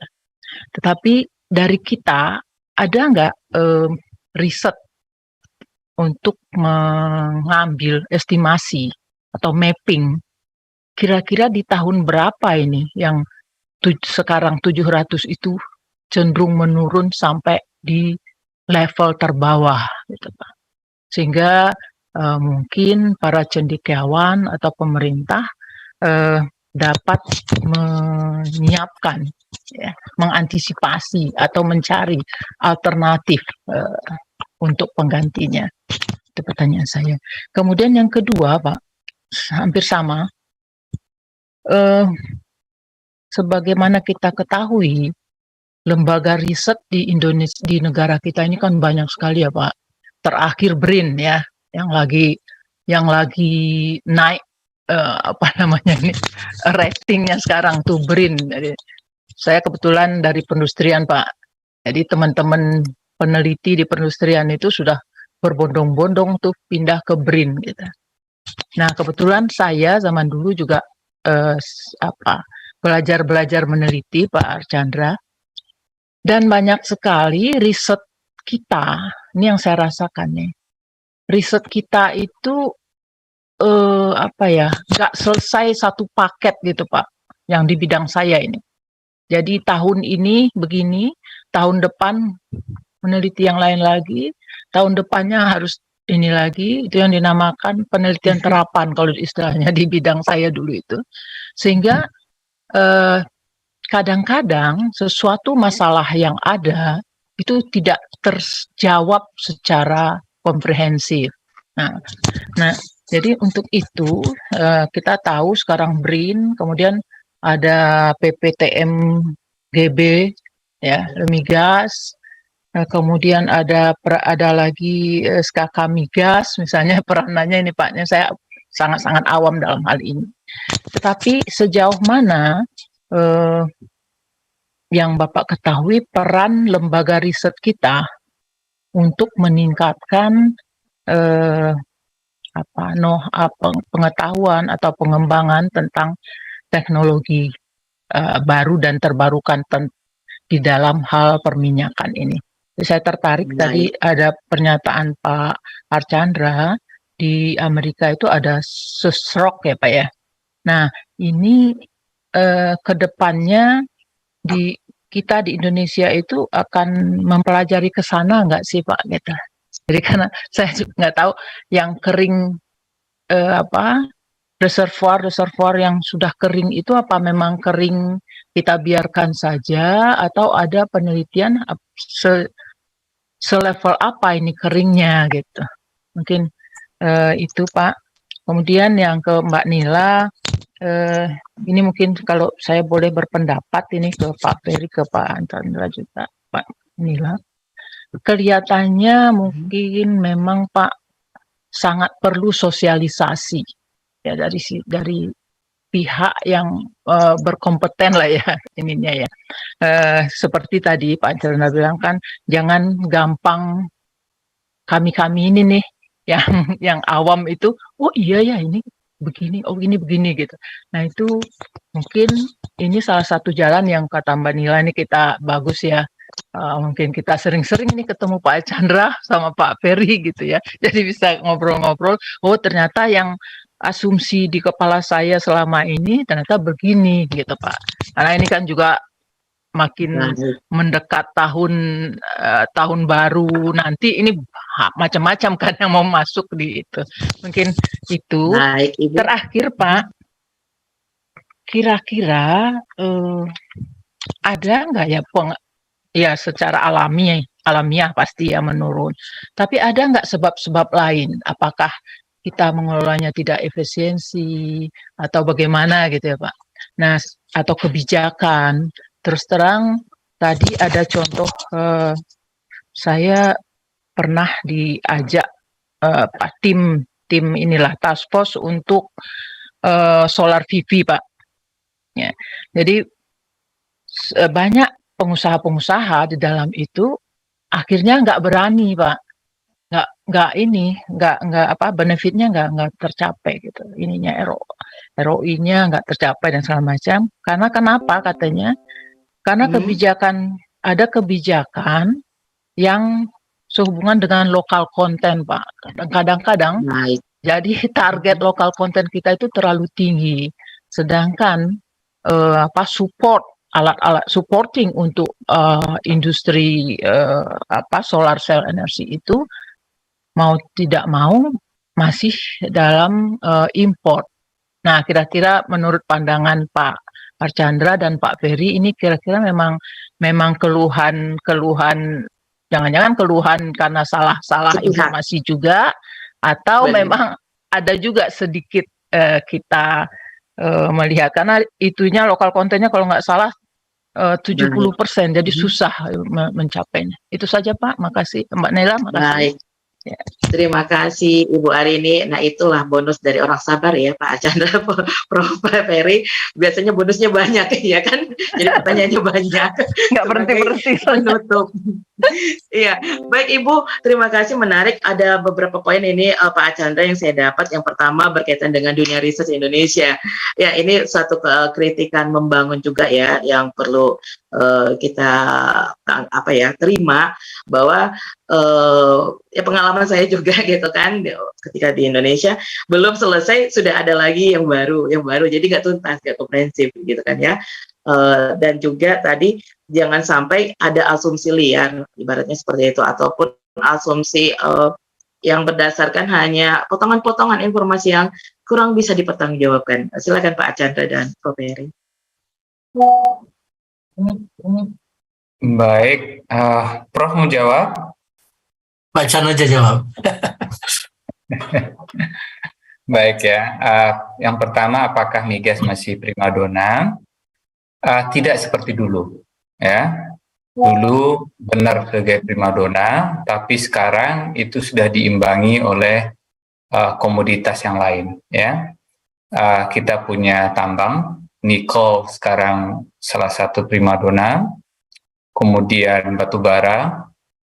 Dari sisi pertanian adalah CPO, di palm oil, ya.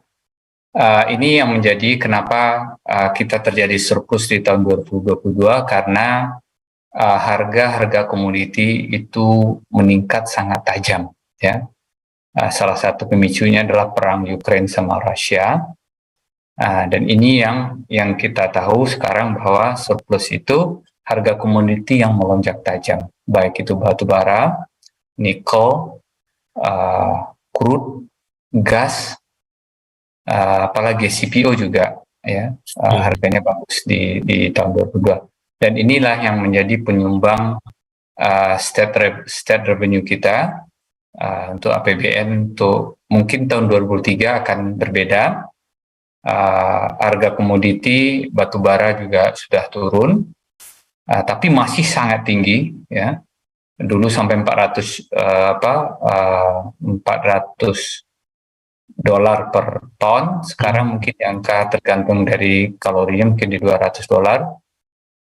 Dulu itu mungkin harga 50-60 dolar per ton, ya. Jadi dengan harga masih 180-200 dolar itu masih sangat tinggi, tapi tidak setinggi di tahun 2022. Harga oil di tahun 2022 itu sempat di atas 100, 120, 125. Sekarang mungkin rata-rata di sekitar 70-80 dolar per barrel, ya, tahun 2023. Jadi kalau dikatakan apakah migas primadona? Tidak seperti dulu, tapi masih. Ya. Nah, pertanyaan selanjutnya, apakah kita negara kaya minyak dan kaya gas? Nah, mungkin tadi mentality mengatakan bahwa kita negara kaya. Mari kita lihat datanya. Cadangan terbukti Indonesia itu dari sisi oil hanya 0,1% dari cadangan dunia. 0,2% dari cadangan dunia. Ya. Cadangan gas kita itu 1,4% dari cadangan dunia. Nah, jadi silahkan Bapak Ibu untuk merasakan atau berpendapat apakah kita negara kaya minyak atau kaya gas. Itulah cadangan kita, ya. Kemudian menyangkut masalah lembaga BRIN, saya nggak mengikutin dan juga takut berkomentar juga terhadap lembaga riset kita karena memang tidak berkecimpung di situ. Biarlah nanti Bapak Ibu yang bekerja di BRIN yang memberi tanggapan, ya. Tapi secara kalau boleh berpendapat, ya, untuk self atau autokritik lah. Kadang-kadang kita di lembaga pemerintah melakukan research itu fokusnya banyak pada keinginan tahuan, ya. Sementara kalau di luar sana yang saya rasakan bukan berdasarkan keinginan tahuan, tapi berdasarkan demand. Ya, apa demand di industri atau di masyarakat, baru ditarik titik mundur research-nya, nanti kalau sudah berhasil pasti ada marketnya. Tapi kalau research berdasarkan keinginan tahuan, setelah tahu belum tentu ada marketnya. Nah, itu kira-kira perbedaannya, ya. Kalau ditanyakan, Pak, kenapa banyak riset-riset di Indonesia itu belum tentu ada demand-nya, sudah di ini tapi nggak laku di industri? Kemungkinan saya hanya bisa menduga-duga, kemungkinan adalah karena keinginan tahuan, dan keinginan tahuan itu belum tentu itu dibutuhkan oleh market atau pasar, ya. Hanya tanggapan sedikit saja. Kemudian apa sebab lain terjadinya penurunan migas selain alam, ya, secara alamiah bahwa terjadi penurunan?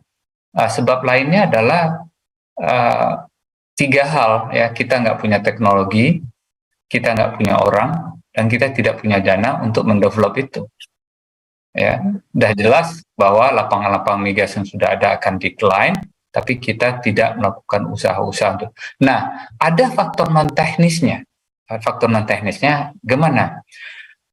Kalau orang di dunia lain dari mulai menemukan eksplorasi temu minyak sampai dia berproduksi mungkin rata-rata 5 tahun. Di Indonesia itu bisa 10 sampai 15 tahun. Kenapa? Ya, coba aja untuk melakukan drilling di sebuah daerah, izin RT, RW, lurah, camat, preman, dan lain-lain. Sehingga membutuhkan waktu yang panjang sekali. Belum lagi birokrasi kita yang juga banyak sekali aturannya, dan belum tentu aturan itu memberikan added value. Dan itu yang saya di waktu kementerian juga rasakan itu, sehingga beberapa aturan itu kita pangkas, ya, yang nggak perlu, yang tidak memberikan nilai tambah kita pangkas aja, kita buang, nggak perlu, ya. Dan ini juga faktor-faktor non teknis yang banyak terjadi di Indonesia. Misalnya di Amerika kalau shale oil, shale gas itu dalam waktu 14 hari orang bisa ngebor, izin segala macam langsung 14 hari, 2 minggu saja. Di Indonesia untuk ngebor butuh waktu 1 tahun, 2 tahun, 3 tahun, 5 tahun kadang-kadang. Dan itu belum tentu dapat izinnya. Nah, inilah faktor-faktor non teknis yang terjadi di negara kita. Ya, kenapa itu bisa terjadi? Ini menjadi subjek untuk kita bahas di pertemuan selanjutnya kalau ada waktu. Ya, ini banyak cerita-cerita lucunya lah, ya, di Indonesia ini banyak. Nah, apalagi ya, TKDN, solar PV. Nanti juga ada kelucuan juga, Bu. Saya tahu ini kalau diimpor utuh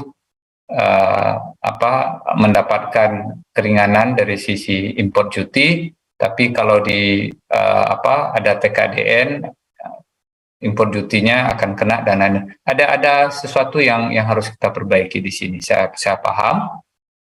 Tapi ini karena sudah malam, mungkin saya nggak mau memperpanjangnya. Nanti aja kita bahas lagi. Makasih. Iya, biar ada penasaran ya. Jadi masyarakat pendengar juga pengen tahu. Kalau dulu ada tanya Minerji ya yang diasuh oleh Bapak Archandra sebagai wamen. Nah mungkin di Radio Gebu Mineng nanti bisa, halo Pak Archandra, ya kan gitu ya. Nanya dong seperti itu ya Pak, soal migas ini, energi migas khususnya. Baik, Prof. Ferry silakan komentarnya sekalian closing statement untuk kebersamaan kita malam ini, Prof. Terima kasih. Wah ini dapat kehormatan menutup lagi. Jadi migas ini dulu primadona, jadi sekitar tahun 70-an itu memang booming, sehingga pendidikan yang mengarah ke minyak dan gas bumi ini juga booming gitu. Jadi yang jurusan-jurusan yang seperti itu. Namun tentunya bukan berarti sekarang ini tidak menjadi primadona lagi, tetapi jurusan-jurusan pendidikan itu mulai diarahkan tidak hanya kepada intinya yang migas itu saja, tapi kepada turunan-turunannya juga. Jadi kalau dahulu orang hanya mengolah minyak bumi, minyak mentah itu menjadi bahan bakar, nah sekarang menjadi bahan bakar itu mungkin persentasenya sudah mengecil, tapi mulai ke industri petrokimia, jadi produk-produk dari minyak bumi itu sendiri. Dan itu efek efek dominonya banyak ke belakang, jadi tidak hanya satu, dan itu berkembang terus.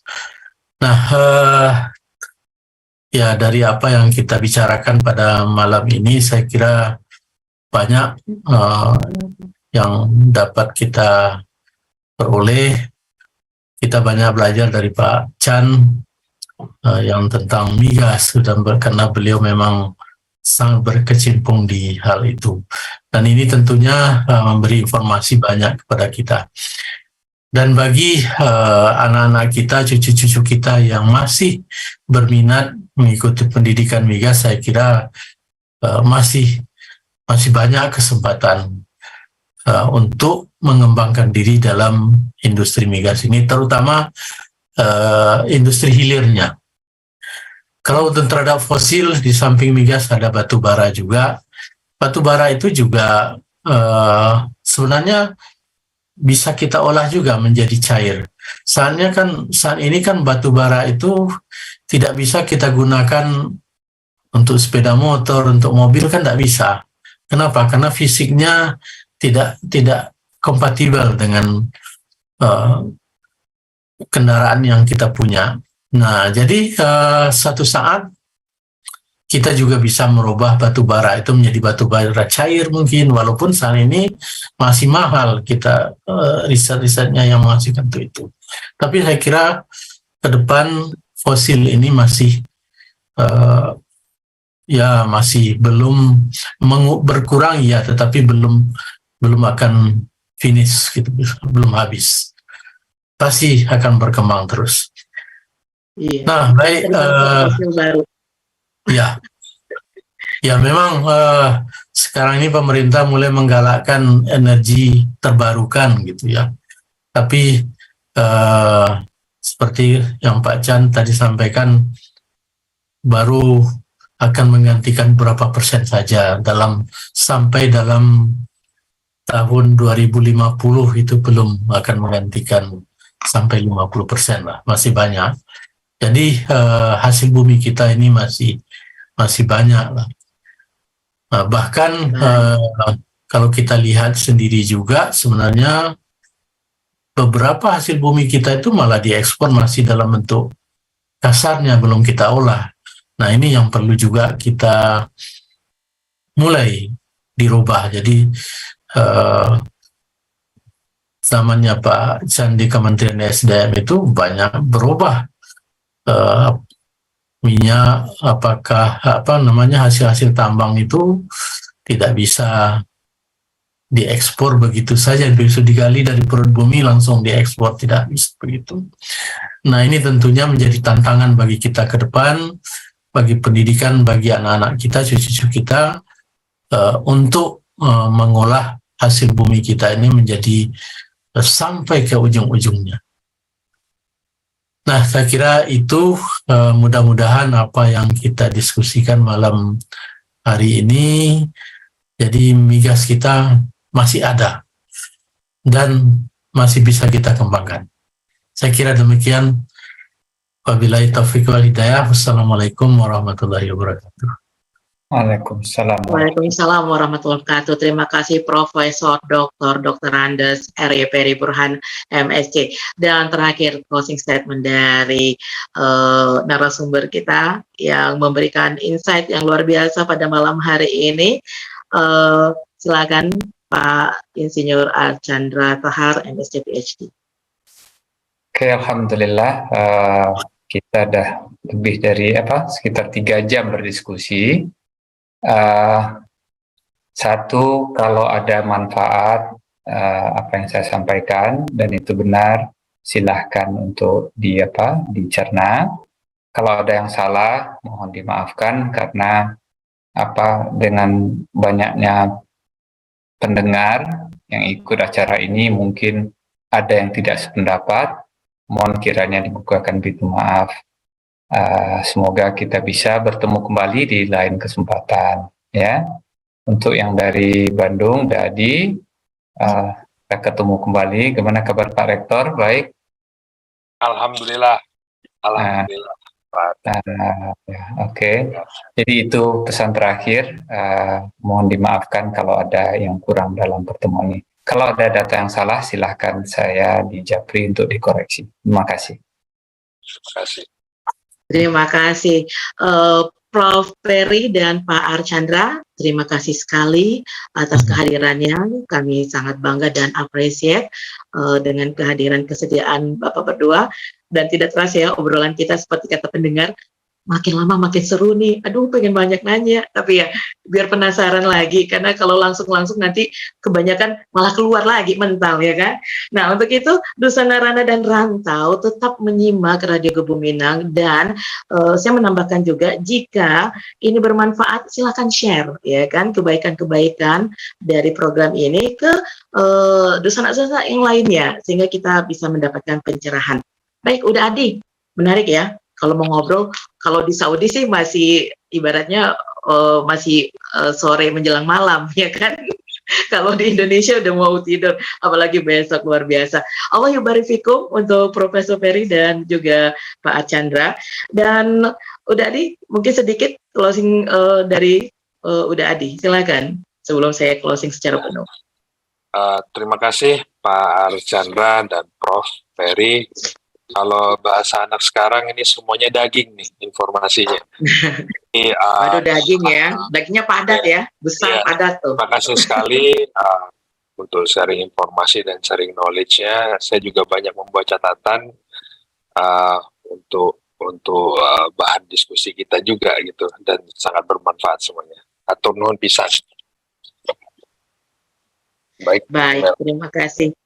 Udah, dan sebagai apresiasi saya mohon izin sebentar saja saya bacakan komentar saja, ini bukan pertanyaan, baik dari Mande Tati di Belanda maupun Mande Dede dari USA Virginia.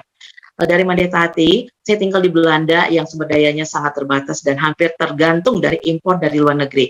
Walaupun Belanda sudah banyak mempunyai fasilitas kayak kincir angin, mohon maaf, minta waktunya sebentar, ya, kincir angin, Tetapi dengan adanya perang antara Ukraina dan Rusia, Belanda sangat merana saat ini karena energinya sangat-sangat mahal.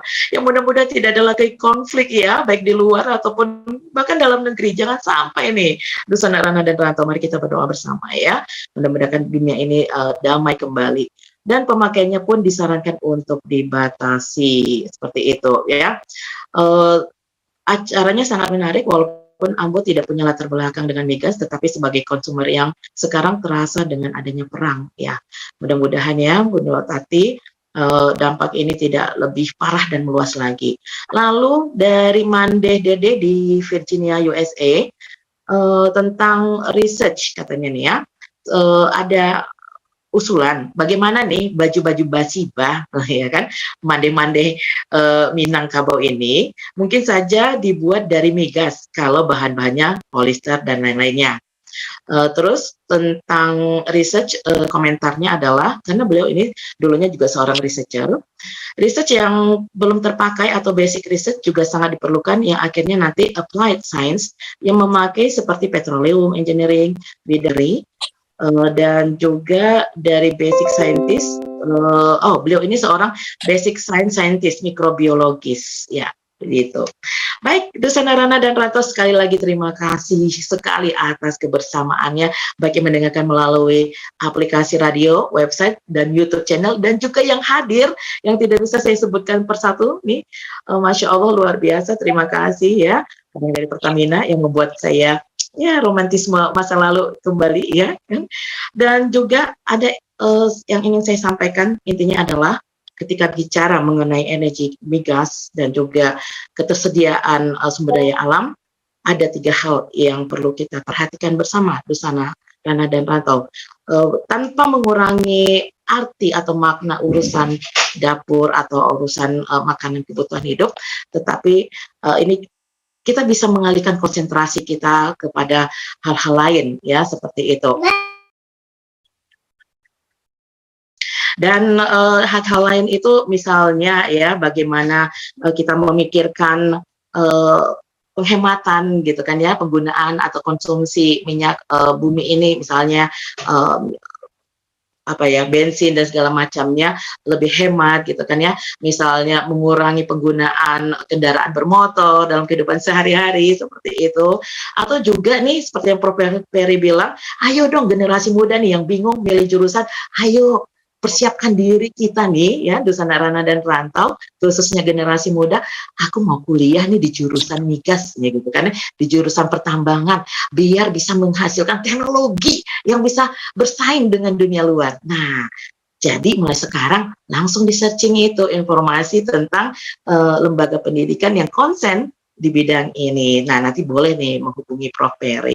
Jadi pada intinya adalah ketika kita bicara migas, bagaimana kita ingin mempunyai suatu kedaulatan dalam migas ataupun bumi, sumber daya alam lainnya, ada 4 hal. Ya, ini sumber daya alamnya kita sudah punya, sumber daya manusianya kita sudah punya dan harus lebih baik lagi dan lebih banyak lagi, juga dananya. Nah, mudah-mudahan pemerintah dan pihak swasta yang ada dalam negeri mau ya kan bekerjasama ya kan, dan tentu saja regulasi yang memayunginya. Untuk itu, Mela dari Riyadh, Saudi Arabia, mohon maaf atas segala kekurangan, dan sekali lagi jazakumullah khairan katsiran. Dan ingat, seperti kata Pak Chandra, selagi Allah belum matikan, masih ada harapan. Nah, harapan itu akan dicapai atau terwujud dengan ilmu pengetahuan. Baik, kita akhiri dengan doa akhir majelis. Subhanakallahumma wa bihamdika asyhadu alla ilaha illa anta astaghfiruka wa atubu ilaik. Sampai jumpa dan sampai ketemu di Mauta Eksklusif berikutnya. Radio Gebu Minang, Radio Dusana Rana dan Rantau bersama dalam satu kata. Wassalamualaikum warahmatullahi wabarakatuh. Waalaikumsalam. Terima kasih semuanya. Terima kasih. Terima kasih Mela. Terima kasih sekali. Allah yubarik fik. Masya Allah, luar biasa. Mudah-mudahan sehat selalu Pak, dan ilmunya selalu sampai dan terus menerus ke masyarakat. Amin. Jadi inspirasi. Terima kasih. Mohon maaf